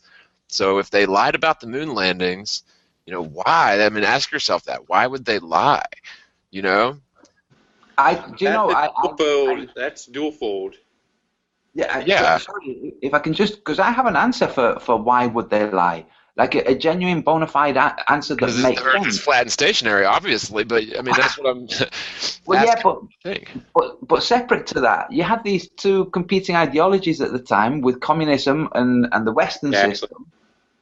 This is all part of the play for the masses, for the plebs. You've got the bad Russians and you've got the good Americans, and the Russians have made it into space with their cosmonauts. And the Americans are looking at this thinking, this is stop-start animation. This isn't real, but it's been shown to the world somehow because, they didn't have control of everybody's television. The world has seen freaking cosmonauts. First they sent this dog out, Laika, and now they sent these cosmonauts and got them back. If they're hoaxing it, we're going to hoax it better. And We've been it. working with the Russians. We are already in a new world order. We work with everybody who's willing to cheat and to steal and to rob at the highest level. That whole thing was like a psyop because you have a race between the Russians, the race between the Americans. Then you also have the dynamic of, well, we can fleece the American public by billing them through NASA for billions and billions of dollars for decades and decades. Yeah, and not only that, if you think of the fear porn that was conducted back then, you had drills in schools where everybody would have to get under the desk. This is how you're conditioning children. The bad guys might kill you any minute, so we're going to practice what you'll do just before you die. Right. It's not going to save you at all. It's not going to help you at all, but do this every day so that you can be scared out of your mind forever until you die. What's really interesting about those tactics is that if you get under that table, the desk, you die. You have to be in a triangular safety zone. Be where the ceiling falls to a triangle, and they know this shit. It's like preparing us for mass depopulation. It's like another facet of. I guess we should ask really quick, like, where are the panel members on nukes? Because I've concluded that nukes are a hoax. Are you guys pretty much there as well, or? I don't know. This is what I say. I genuinely don't know. I think that 9/11 was brought down by nukes under the buildings. This is what I think. But maybe it's not nukes. Maybe it's a natural effect of just shitloads of TNT. No natural effect. I would have to agree. It was definitely an explosive factor of some sort because steel doesn't melt like that they already did the fuel test. Yeah. The structural engineering has already been debunked a zillion times to left field. It doesn't matter. I mean, that's a water under the bridge, unfortunately. Yeah. Hey, John, we have in the chat Jebby Jedi. Okay. I don't know if you've chatted with him before. It rings a bell. Yeah, it rings a bell. Should I send him an invite? He's a cool guy. What he does is he's sitting in forums, basically just manning the flat Earth responses to all the attacks that flat Earthers get. Go ahead and send him a link. We got some time left, and I know for some of you guys it's super early over there, so I appreciate you sticking in. We're slated to go off in 10 minutes, but we can stick around for another 20 or 25 if you want to get him on here. Sure, yeah. I'm actually gonna die. My phone and everything's cutting out on me. I'm having a great time. I look forward to you guys are getting together Saturday. Yep, that'd be Saturday at 3 p.m. Eastern. So I'll send you another invite, Shay. It was great to have you, man. Thanks so much for joining us, and we'll talk to you either later this week or next week. And so, what do you think, Nathan? Nukes, hoax? All right, guys. Have a great one. It was nice talking and meeting you guys. Thank you. You too, man. Take care. You too. And Kristen, I'd like to hear what you think, Kristen, on the whole nukes. I think it's bull. Nathan, are you gonna go? Yeah, there's fake footage of nuke. That's for certain. I mean, I've seen enough I think it was Leonard the Jesuit Order that did this. That certainly the stuff that I saw, and yeah, there's the representation of nukes has been bogus in the past. Does that mean that nukes don't exist, or that there is a device that can create a very powerful explosion? Well, I'd say that I think there is devices that can create very big explosions. Whether or not what they sell us that to be, i.e. nuclear, I don't know. Yeah, and so I don't know, and Kristen, you can chime in too, but from what I've seen and in my research, and I pretty much didn't have to go through this long, there was some fabrication going on, even in terms of like the whole nuclear bomb. The idea of it was very much theoretical and unachievable, like theoretically unachievable, according to the guys that were set out to build this bomb. And so what did they do? They just spent a ton of money to create these facilities where people would sit around and, quote, cut the holes in the donuts, which is basically like sitting around with their thumb up their butt all day doing nothing, but getting paid, U.S. tax dollar funded paychecks to sit around doing nothing and act and look very scientific about it. But at the end of the day, the nuclear bombs that you might have seen on TV, the old test that they did, that could have just been TNT. And there are some accounts that actually was just TNT. And then you see a lot of what they claim to be nuclear bomb tests appear to be done on a model. So there's some subterfuge going on here. And when you realize that the only two places that have ever supposedly been nuked are thriving metropolises, not even, 50 years later, with no residual, nuclear radiation or fallout or anything like that, like they told us there would be for 1,000 years or 100 years. A couple decades later, it's fine, everybody's happy. And by the way, those two cities looked pretty much just like all the other cities that were firebombed for weeks and weeks and weeks by the Allies. So, yes, my grandfather was in the Spanish Civil War, and he used to mention this thing. It was a conventional war, so bombs being dropped and bullets being fired, rather than all the kind of technical stuff that happens now. He used to talk about this expansive wave. Okay, now we're talking conventional explosives. We're not talking nuclear explosives. Small bombs. I held one in my hand because one landed 2 feet away from him in the mud, and it was either a dud or the fuse. Anyway, he defused it. But what he was saying was that the majority of the people were killed by the expansive wave, not the shrapnel. He said, and so I'm a kid and I'm saying, what is this expansive wave? And he would just explain it. It's just a wave like wind that pulls you apart inside. Okay, so this expansive wave, this is part of this is the most destructive part of a so-called nuclear device, is this expansive wave. And I'm thinking, well, if that happens with conventional explosives, then you don't need a nuclear device. All you need is conventional explosives, and you'll have this expansive wave that does all this, destruction.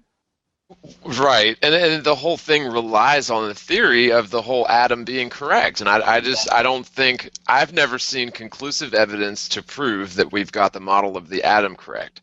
And who was involved in creating the atomic bomb? I know Einstein's E equals mc squared equation is often attributed to that, sort of as a seed of thought for that project. Then of course, yeah, you had Einstein. Then you had that one guy who likened himself to the Hindu god of death. Von Braun? No, it wasn't Von Braun. It was I forget his name. It's sort of a longer name, but he was the one that was credited for. Yeah, and really, he was an actor. I watched a documentary on this, another one, recently, and I was like, wow, I didn't know that either. But the guy had, he was like the head of the whole nuclear bomb program. He's accredited with coming up with the technology, essentially, more or less. And yeah, he seems to be like one of these typical, people. He's been co-opted. You know, he's an actor. Yeah. He's got these preconceived, or he's been profiled to fit this position, and they know that he'll lie. He doesn't have any problems lying as long as he gets the attention, he gets the money, the goodies and everything. So I can't think of his name. Hey, what was the guy's name that did the atomic? He was the atomic bomb guy, and he likened himself to the Hindu god of death. What was his name? Do you remember? Shiva. Starts with a P. Starts with a P.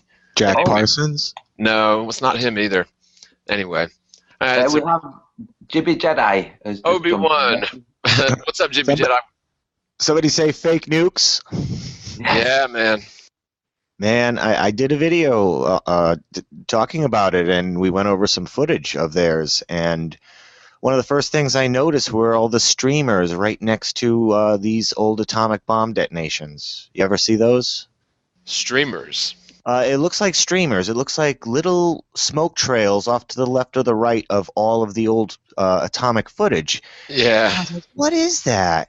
And then I started thinking, the theory being stacked dynamite that's detonated, maybe that is the long fuse that goes all the way back to where they are, and at different points where they splice the fuse together, kind of flares up and creates smoke. So by the time the dynamite explodes, you'll see off to the side other little smoke trails.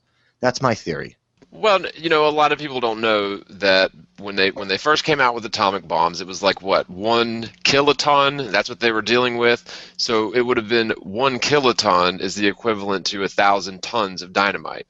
And so all the military would have to do is put together the equivalent of 1,000 tons of dynamite in one spot, and you'd have basically the same effect as a 1 kiloton bomb. If I've got that right. Yeah. It was Robert Oppenheimer. Now I'm become deaf. Yeah, there you go. Robert Oppenheimer. Thank you, man. Thank you. I couldn't think of his name. Oh, I was looking for a P. Yeah. It's the open, when you look at it, it was most predominant are the P's, the double P's there. Yeah, that's what. See, just your damn subconscious. It's all But yeah, with the, we think of warfare.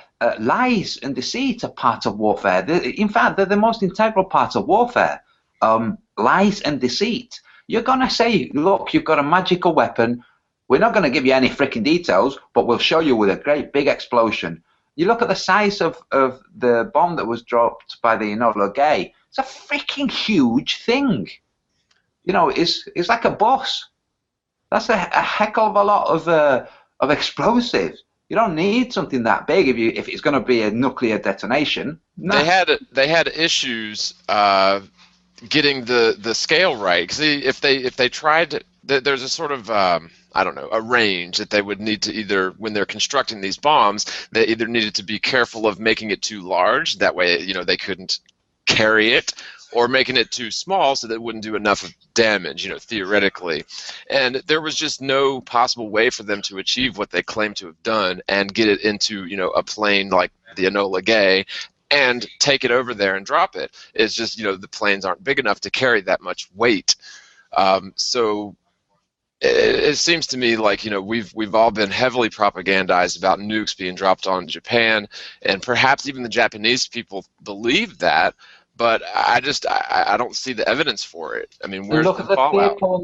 Look at the fear porn that was continued afterwards. When the Soviet Union broke up, we had all these dirty bombs. Anybody, a suitcase bomb, a mini nuclear device.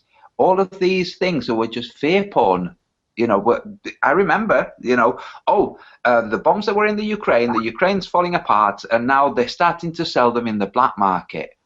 Nobody can check that. Nobody can verify that. Whoever it is that has discovered this, let's say it was a bona fide story, there's no chance that it's just some spy who's got no backup. It'd be a case of a spy finding that this nuclear device has been sold, finding an airstrike. That's what it would be. Not, they're selling freaking suitcase nuclear bombs. Have you seen The Sum of All Fears?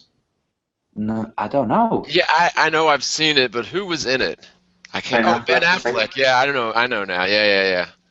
Well, they basically wheel in I think it's like a Pepsi Cola vending machine into a stadium, and it's got a nuclear device in it, and they essentially detonate it and destroy the entire stadium and all, whatever, 40, 50,000 people that are inside. I can't help but laugh. Where's all the radiation? You know, there are animals thriving near Chernobyl and Fukushima, and there's no radiation there. I mean, does it only affect humans and not other mammal life? Hey, Jason, do you remember the fear porn from Alex Jones regarding Fukushima and how long before the radiation arrived? Everybody had better get these...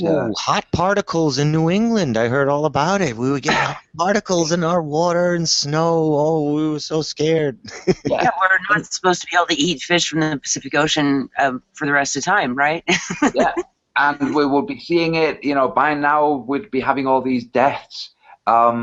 Yeah, it's just absurd. I don't understand whether Alex Jones really follows things. Basically, he's just running from the mainstream. Yeah, he feeds off the mainstream media and regurgitates it back out to us. Like we could listen to it ourselves and twist it ourselves. You know, we don't need him. And there's the connection. That's something, a point I've wanted to make that's come up, I think, a few times in this show, rather, is how in the mainstream it's all fear porn, but then in the alternative media community it's still all fear porn. It's just a different spin on it. And so people who claim to be awake and truth seeking, not to knock any of us, but are we really free from living in fear even though we say we're awake? Or are we being tricked to think, oh yeah, we're aware that all this stuff is happening, but if we're still in fear anyway, then they're still winning. That's it. Right. This is one of the things that I didn't live in fear beforehand, you know. I'm not saying, you know, big pat on the back for me, but I'm not a big religious person, you know, but I understand that this isn't the be all and end all. I get it, you know. You don't have to be a genius to figure it out. We're just here experiencing this stage right now. So death, something you want to avoid for as long as you can, so that you can learn more. In case the whole reason for it is for you to pass certain tests or trials or whatever. But since the flat Earth, it's like, oh, okay. Before I had suspicions, now is no longer suspicions. So there's really no reason for fear.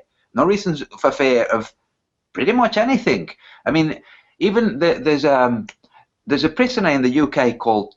He goes by the name of Charles Manson. Charles Bronson. And in the US, you've got Charles Manson. And both of these guys say, you know, you can keep me in prison all you want, but you're not trapping me. You know, and these guys don't have fear. This is why they don't get released into the public, because they might just, you know, who knows what they would do. They don't have fear.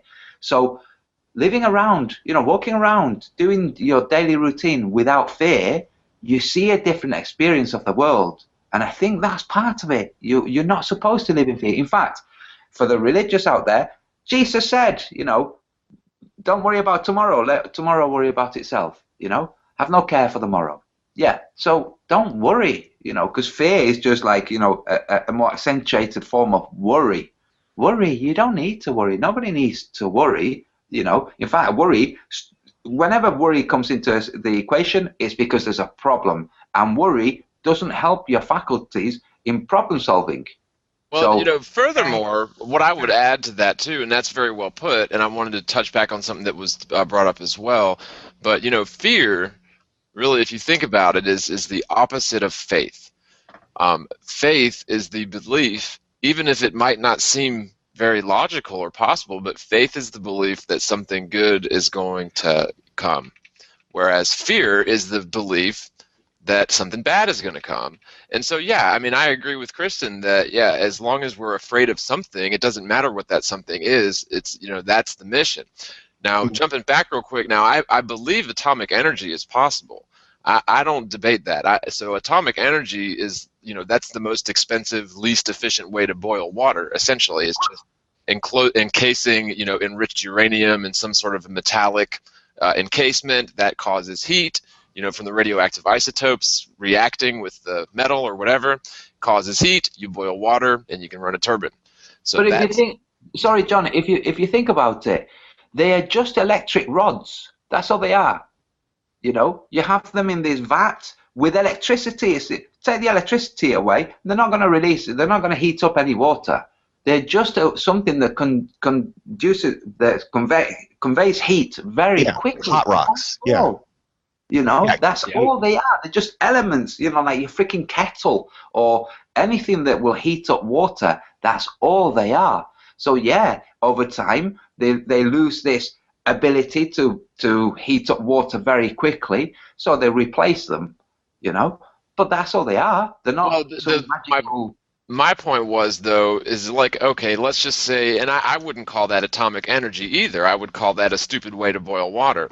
Yes. But if they can convince people that it's the same technology going in by naming it the same thing, which is two totally different things. An atomic bomb is not the same process as, you know, what's going on in an atomic reactor. An atomic bomb is a horse of a totally different color that involves splitting theoretical atoms that I don't even believe exist, right, anymore. And so that's my position on it until I see good evidence of the theoretical atom. Yes, aren't atoms 99.9% invisible?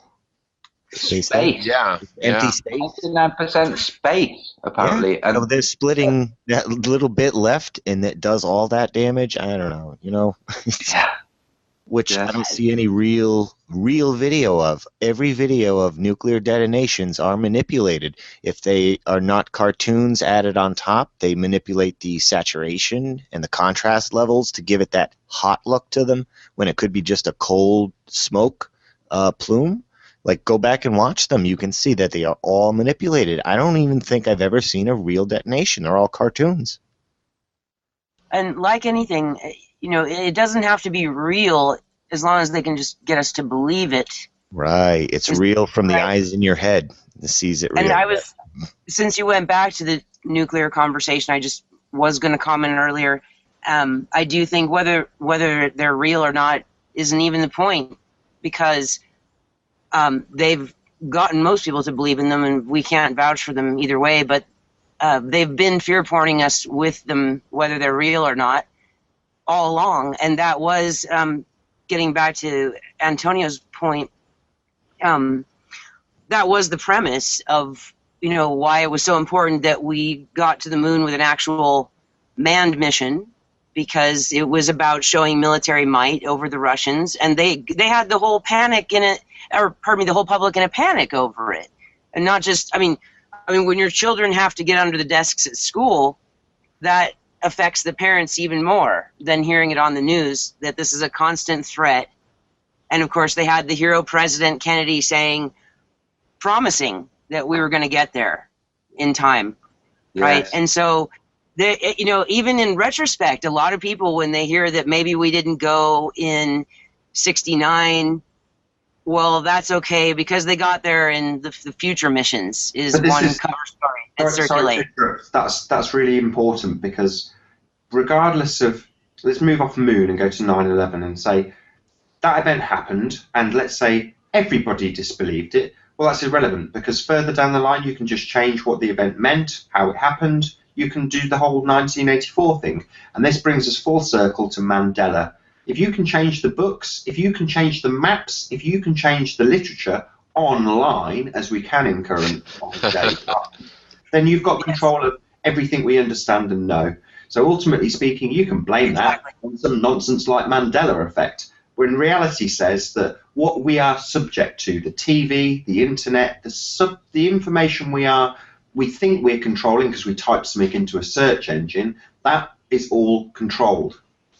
You know, I was training myself to not react to words that are just prompted in front of me. You know, my browser is Yahoo, and I've trained myself to not look at the freaking news things that they have, okay? No matter how much I try, I can't avoid. Now I know, for instance, that there's just been this European football competition that somebody was tracking who the best, sexiest fans were. You know, there, boom, right in front of me. The thing is, even if you want to avoid, even if you are determined to avoid things, what happens is those around you are affected. Then if you think that your job is to try to make those around you not worry, then they're affecting you by proxy. because those people are really afraid of dying by, the Zika virus or Ebola or whatever. And you're thinking, dude, it's a freaking joke. But it takes your time. I'm starting to think, maybe a position that I might start taking is a bit of like a hermit living in a society. I'll just watch and just not react and just laugh from time to time, especially when a globe is shown. Because the hooks that they send out there to engage your consciousness, they just send them everywhere. And like Nathan said, back to the Mandela effect.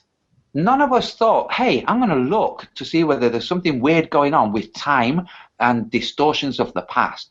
What happened was, boom, it was there, gripped our consciousness, And these are all basically what the whole NASA Soviet era thing was. It was that, very prevalent. There's a space war going on. They're trying to get to the moon. And what they've done is they've just slipped into your unconscious the idea that there's distance between us and the moon. They've confirmed it because look at this vehicle flying there. It's all very, very cunning, in the same way that they cunningly made me know that there were people registering who were the sexiest fans watching this football. You don't get the choice. It's like, what the hell is this? So what Nathan's saying about switching off television and not engaging with the media, I think it's spot on. But, I mean, it's going to be very difficult to do because at some point you're going to be somewhere where there's a television and then you're like, damn it, I've just learned about some pedophiles somewhere in the world, And I don't know. I think just being a conscious human being, realizing that these things are done there to distract, to capture your conscience. That's what it's there for, is to capture your consciousness, to engage it, to distract it. And we're just people that know the magician's tricks, too. It's not like we're geniuses, but a lot of people, they'll say, like, wow, you're so smart. I say, no, I'm not smart. If we go to a magic show and the magician's going to do 10 tricks, and I tell you how each trick is done, that's not intelligence. That's not genius. That's just being aware. And it's just having an awareness of what they're doing and trying to bring that to the consciousness of others. So they're looking for it, because most people are not looking for the fakeries in the television, the CGI. They're just very passively accepting it in their alpha wave state in front of the TV, And it requires curiosity too. And the thing they're also doing with all of this is stealing our energy. Let's face it. Yes.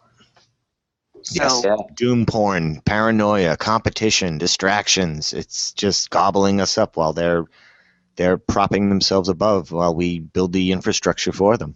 Well, the idea that we're being farmed and our energy is being harvested, and that in the way that they're feeding on that, as much as they might eventually feed on us in other ways. I don't know. But you know how there's the Freeman movement.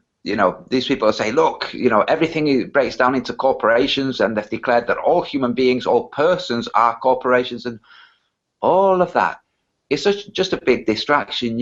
Somebody made a comment saying that it pays to keep an eye on your enemy. It's like, well, what if you don't have any enemies? You see people dancing around with guns and stuff. Don't worry about it. If they're shooting at you, then take evasive action. But when you look at the mechanisms that are engaged with to basically grip us, we're being called a resource. People buy and sell us. Banks trade on our births.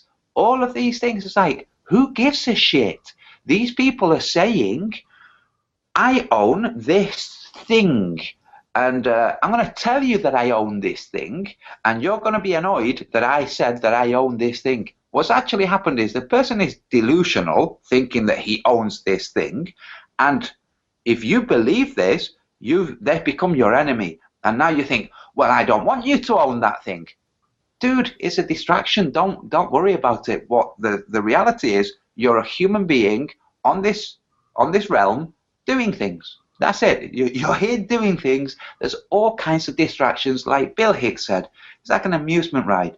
There's all kinds of distractions. There are people who dedicate themselves to really, really cool, nice things. There are a series of videos that I watch from time to time when I want cheering up called People Are Awesome. I don't know if any of you have seen any of these. Yeah, I've seen those. Yeah. They are freaking awesome, especially the Russian ones. The Russian ones are all about people getting out of their vehicles and helping old ladies cross the street and all kinds of stuff that they fill you with warmth, you know. Now, this means there's somebody out there who sits looking for this kind of footage and compiling videos, 15 half-an-hour long videos. That is a pursuit worth doing. But sitting there looking at what conspiracies are going to kill you, dude, you know, out of the two, I'd rather look at footage of people helping old ladies cross the street. You know, because it's your choice. It's your choice. You can see the world as every single being is your enemy. You know, it's a dog-eat-dog world out there. The sad thing is, and you're so right, and it's sad because I talk to, or I'm in touch with people all over the world, now more so than I've ever been, and people from all over the world, all different creeds, colors, faiths. They're just normal people that want to get on about their day, you know, get their paycheck and go home, just like everyone else does. And yet they're able to manipulate us against one another using these, you know, governments and tactics that we've been sort of describing for a couple hours. And I think that's a real shame because especially when you get to the level of indoctrination involved with the military, especially the U.S. military, you know, it basically just rips the soul out of, you know, young boys mostly, now girls too, can be in the front lines fighting in the U.S. Army. But who are we fighting? We're fighting regular people who have been, you know, tricked into thinking that we're their enemy when we're not. We're not enemies with any of these people. It's our governments that are manipulating us, and I think that's a shame. I mean, what do y'all think? Yes, I totally agree. You couldn't have said it better. Yeah, they're all working together. They're like somebody said, we are in a new world order right now. They're all working. If they're keeping the same secrets from their people and they're using the same tactics, like rule by fear, and yeah, I'd say that that's pretty much a group effort right there. Yeah, and in fact, I'd say that that's part of the reason that there's so much dislike of the flat Earth, that people eventually arrive at the conclusion that there's no need to worry. You know, very similar to the pothead attitude to life. You know, don't worry. So they don't. The powers that be don't want a populace that isn't worried. They do not want that. You know, they want the opposite. They want people to be worried. That's why they give us the news. That's why they keep giving us updates on stuff that there's nothing you can do about, so that you'll worry in case it happens to you. And it's like, dude, the onslaught is continuous. And I've used to use the word onslaught, which is a war term, but if you don't see it as an onslaught, if you see it as just, you know, people who are caught in situations where they think they have to push an agenda for whatever reasons, you know, it might be to pay for their yacht, it could be to whatever, it doesn't matter. The only thing that you have control of is your life and how you direct it and how you direct your attention, because there are all kinds of things out there vying for your attention. So you'll buy the next phone or whatever, but they're vying for your attention. There are religions poaching people from other religions, you know, converting people. It's like a game of calling for your attention. And I suspect that there's something quiet, peaceful, calm, not calling for your attention, waiting for you to notice it. And then when you notice it, then you get a sense of peace. Yep. Peace. That's it. That's totally right. And peace, you know, again, and I said faith is the opposite of fear, but peace is also really the opposite, or maybe the opposite end result of fear. And, you know, fear, if you've ever really been frightened by something, not maybe in a movie, but in actual real life or in a dream, dreams can be terribly frightening. Fear is not a fun place to be in. But peace sure is, and having faith is a beautiful place to be. And you know, I agree with you guys that you know, there is this sort of coordinated effort to get us all on a massive scale, just in as much, you know, quagmired and as much fear as possible, so as we're not we're not looking in the right places, or sometimes looking directly beneath our feet, right under our noses, for something that's just been waiting for us to discover, you know, our entire lives. And this one here is so simple. You'd think, like Nathan said earlier, I got it in a day or a week or a month or whatever. Everyone else will get this no problem, but it's not that easy. It really isn't. Yeah. No, fear is the mind enslaved. That's Yep. it. And that's where they want us. And Absolutely. it is a state of mind. That's what we've been saying in so many ways. It really comes down to this state of mind. More importantly, it comes down to our awareness that we have a choice about it. Until people are aware they have a choice, it's as though they don't. It's this thing where the awareness is the essential component. And if only we could, to strike another note of what we've already been talking about, but if only people could take full ownership of ourselves. I want to say, if only we could all take full ownership of ourselves. Because, yes, all these other things that, as you say, Antonio, vie for our attention, all the distractions we've all been talking about, these things do take away our, when I say stealing our energy, I mean, it's our life force we're talking about. Yeah. And it's whatever you give your energy to, whatever you put your focus on is where your energy goes, right? We've heard things like that before.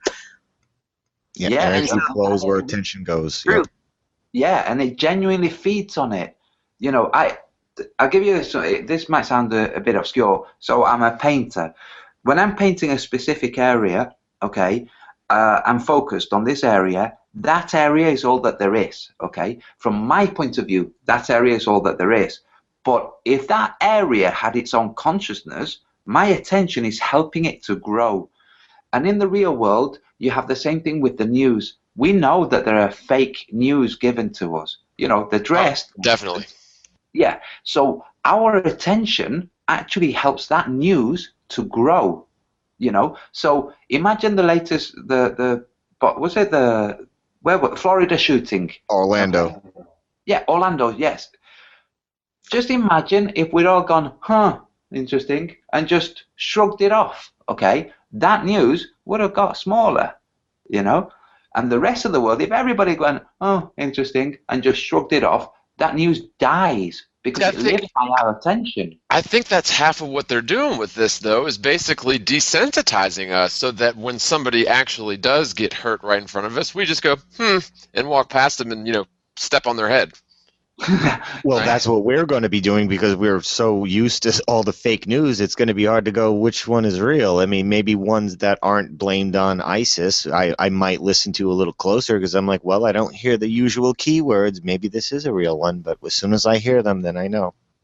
Yeah. But the thing is the point is when it's news, if you're involved, if you're walking down the street and there's a shooting, you know about it. It's not news. It's actually an event that you're involved with. But when it's news about stuff, first of all, it's news about an event that finished. So you're just being told a story. Imagine that there was some terrorist attack and the government did nothing because let's face it, part of a terrorist attack is to engage with the consciousness and cause fear. So the government basically displaying what this terrorist attack was is a terroristic action. What the government should do, this is a terrorist attack in some place, is not report it. That's what they should do. That totally negates the actions of the terrorist. Right, but the terrorist is the government.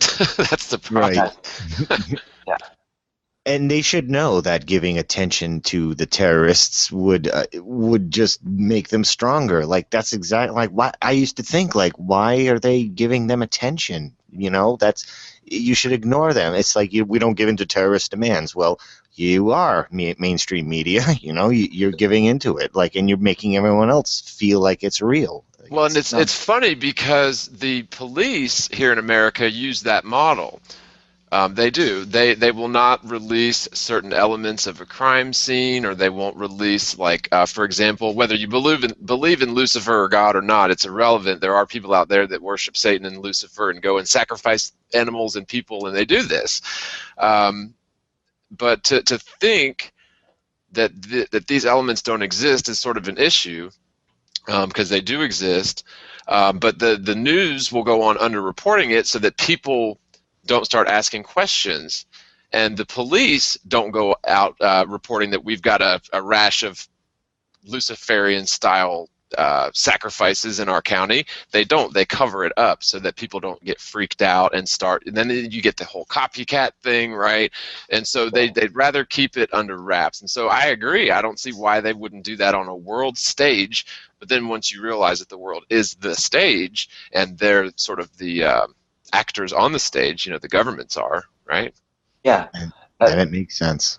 This, we've seen that photograph of the astronauts portraying hear no evil, speak no evil, see no evil. So, so now we have these connotations. These guys were astronauts; they're liars, and we have a negative spin on that proverb. It's an ancient Chinese proverb. The reason for the proverb isn't ignore bad stuff. It's saying don't see evil behind bad stuff, because when you see evil behind bad stuff, you have an emotional response which stops you seeing clearly. So you can't find the solution because you're emotionally engaged. Instead, see it as the problem. See it as the situation it really is.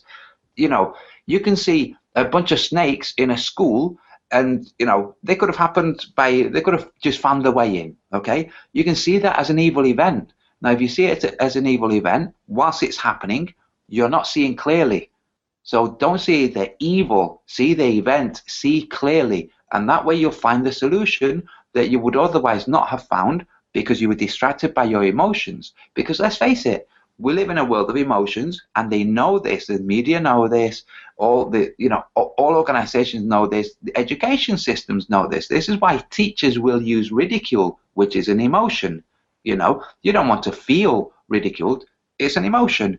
So as long as we start learning how to discern, what the situations are. I'm not talking about becoming an automaton that has no feelings, but direct your feelings yourself, Discern. So, okay, CERN, your mama's so fat. No, I'm kidding.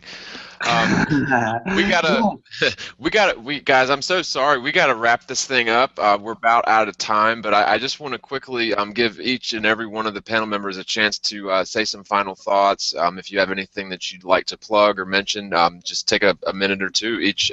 We'll start with Nathan. You've been quiet for a little while. The only thing to plug for me was probably Robert Shortman's show, because Robert Shortman's doing his first hangout tomorrow. He's a little bit cloak and dagger about it. He's got a couple of mystery guests. But yeah, go and watch Robert Shortman's show. It's on Doom Weaver, DOOM Weaver 2007. So yeah, that's at 8 Doom p.m. Weaver 2007. That's it. And at 8 p.m. tomorrow?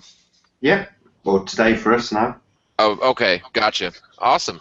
Well, that's really great. Thanks for that, Nathan. And it was, as always, a pleasure to have you on. You've been great, and hopefully we'll see you on some future shows. You've always been real good, and even though the pay sucks. Kristen Wolf, I'm just moving to my left as I see the people in the screen. So Kristen Wolf, it was good having you. Thanks so much. And I'll just say this for all the guests, even the ones that aren't here anymore. Thank you all for your time. Thanks for coming. And Kristen. Oh gosh, it's been great being on this show with all of you. Thanks, and great to meet all of you for the first time. I only knew John before the show, and an event skeptic who was here for a while I've talked to a bit, and anyway, but it's been really, really great to talk about all these different things, and there was a million other things as usual that I would have loved to comment, but there's no time for it all. It's just inspiring. Oh, I forgot. I have to type stuff out on a notepad, or I just forget everything I wanted to say, and there's just so much good discussion. It's sometimes you have to sacrifice certain things, but that's why I really like having. Yeah. Oh, sorry. Yeah, I did take some notes myself tonight. That's good advice you gave me before, and so I've learned to do that, and I got thrown off by the computer crashing on me. Sorry about that. When Nathan was responding to my comment, and so I'll get to hear that 10 minutes or so later that I missed. But I want to plug this show, John, because I'm just really glad it's back on, and it's been fantastic. Thank you so much. I'm very honored to be able to be a part of it. Thank you. Well, go ahead and for everyone out there that's not familiar with your stuff, if you could, or if you don't mind, what's your YouTube channel again? I would just butcher it. I'm sorry. Oh gosh, it's I subscribed. I wouldn't spell it right or something. Well, I keep changing the name too, so no, I have a couple times. It's not helping. It's No, the it plain. won't help. No, it's the Plain Earth Inquiry. But luckily, I changed it before anyone knew about it anyway. So I'm kind of kidding there because it really hasn't mattered given the timing of it. But whatever, the Plain Earth Inquiry, and I just have a few videos up so far that are things that I was probably never going to get around to editing to try to make them more cohesive, and so I just threw them up anyway and said, "What the heck?" And I enjoyed them, and I'm looking forward to some more. So you better start making more, or you're going to make people mad. No, I'm kidding. Well, I have a lot of different formats in mind I'd like to try out, and so we'll see if I ever get around to it. It's just life has had other plans for me, and I've been entrenched in a life project, and I'm outdoors all the time, and it's been amazing. And so it's really hard to come back to the whole computer world once you finally find a way to break away. Oh God, I know. So it's been great, and also I know you've been moving and stuff, and that's a big deal. So I hope everything is so far going well for you, and just all the best with that. Yeah, it's going great, and I appreciate you asking. Jibby, so this is I know I've seen you around before. You get around on the YouTube comments. I know I've seen you, so it's good to finally talk to you. What you been up to, man?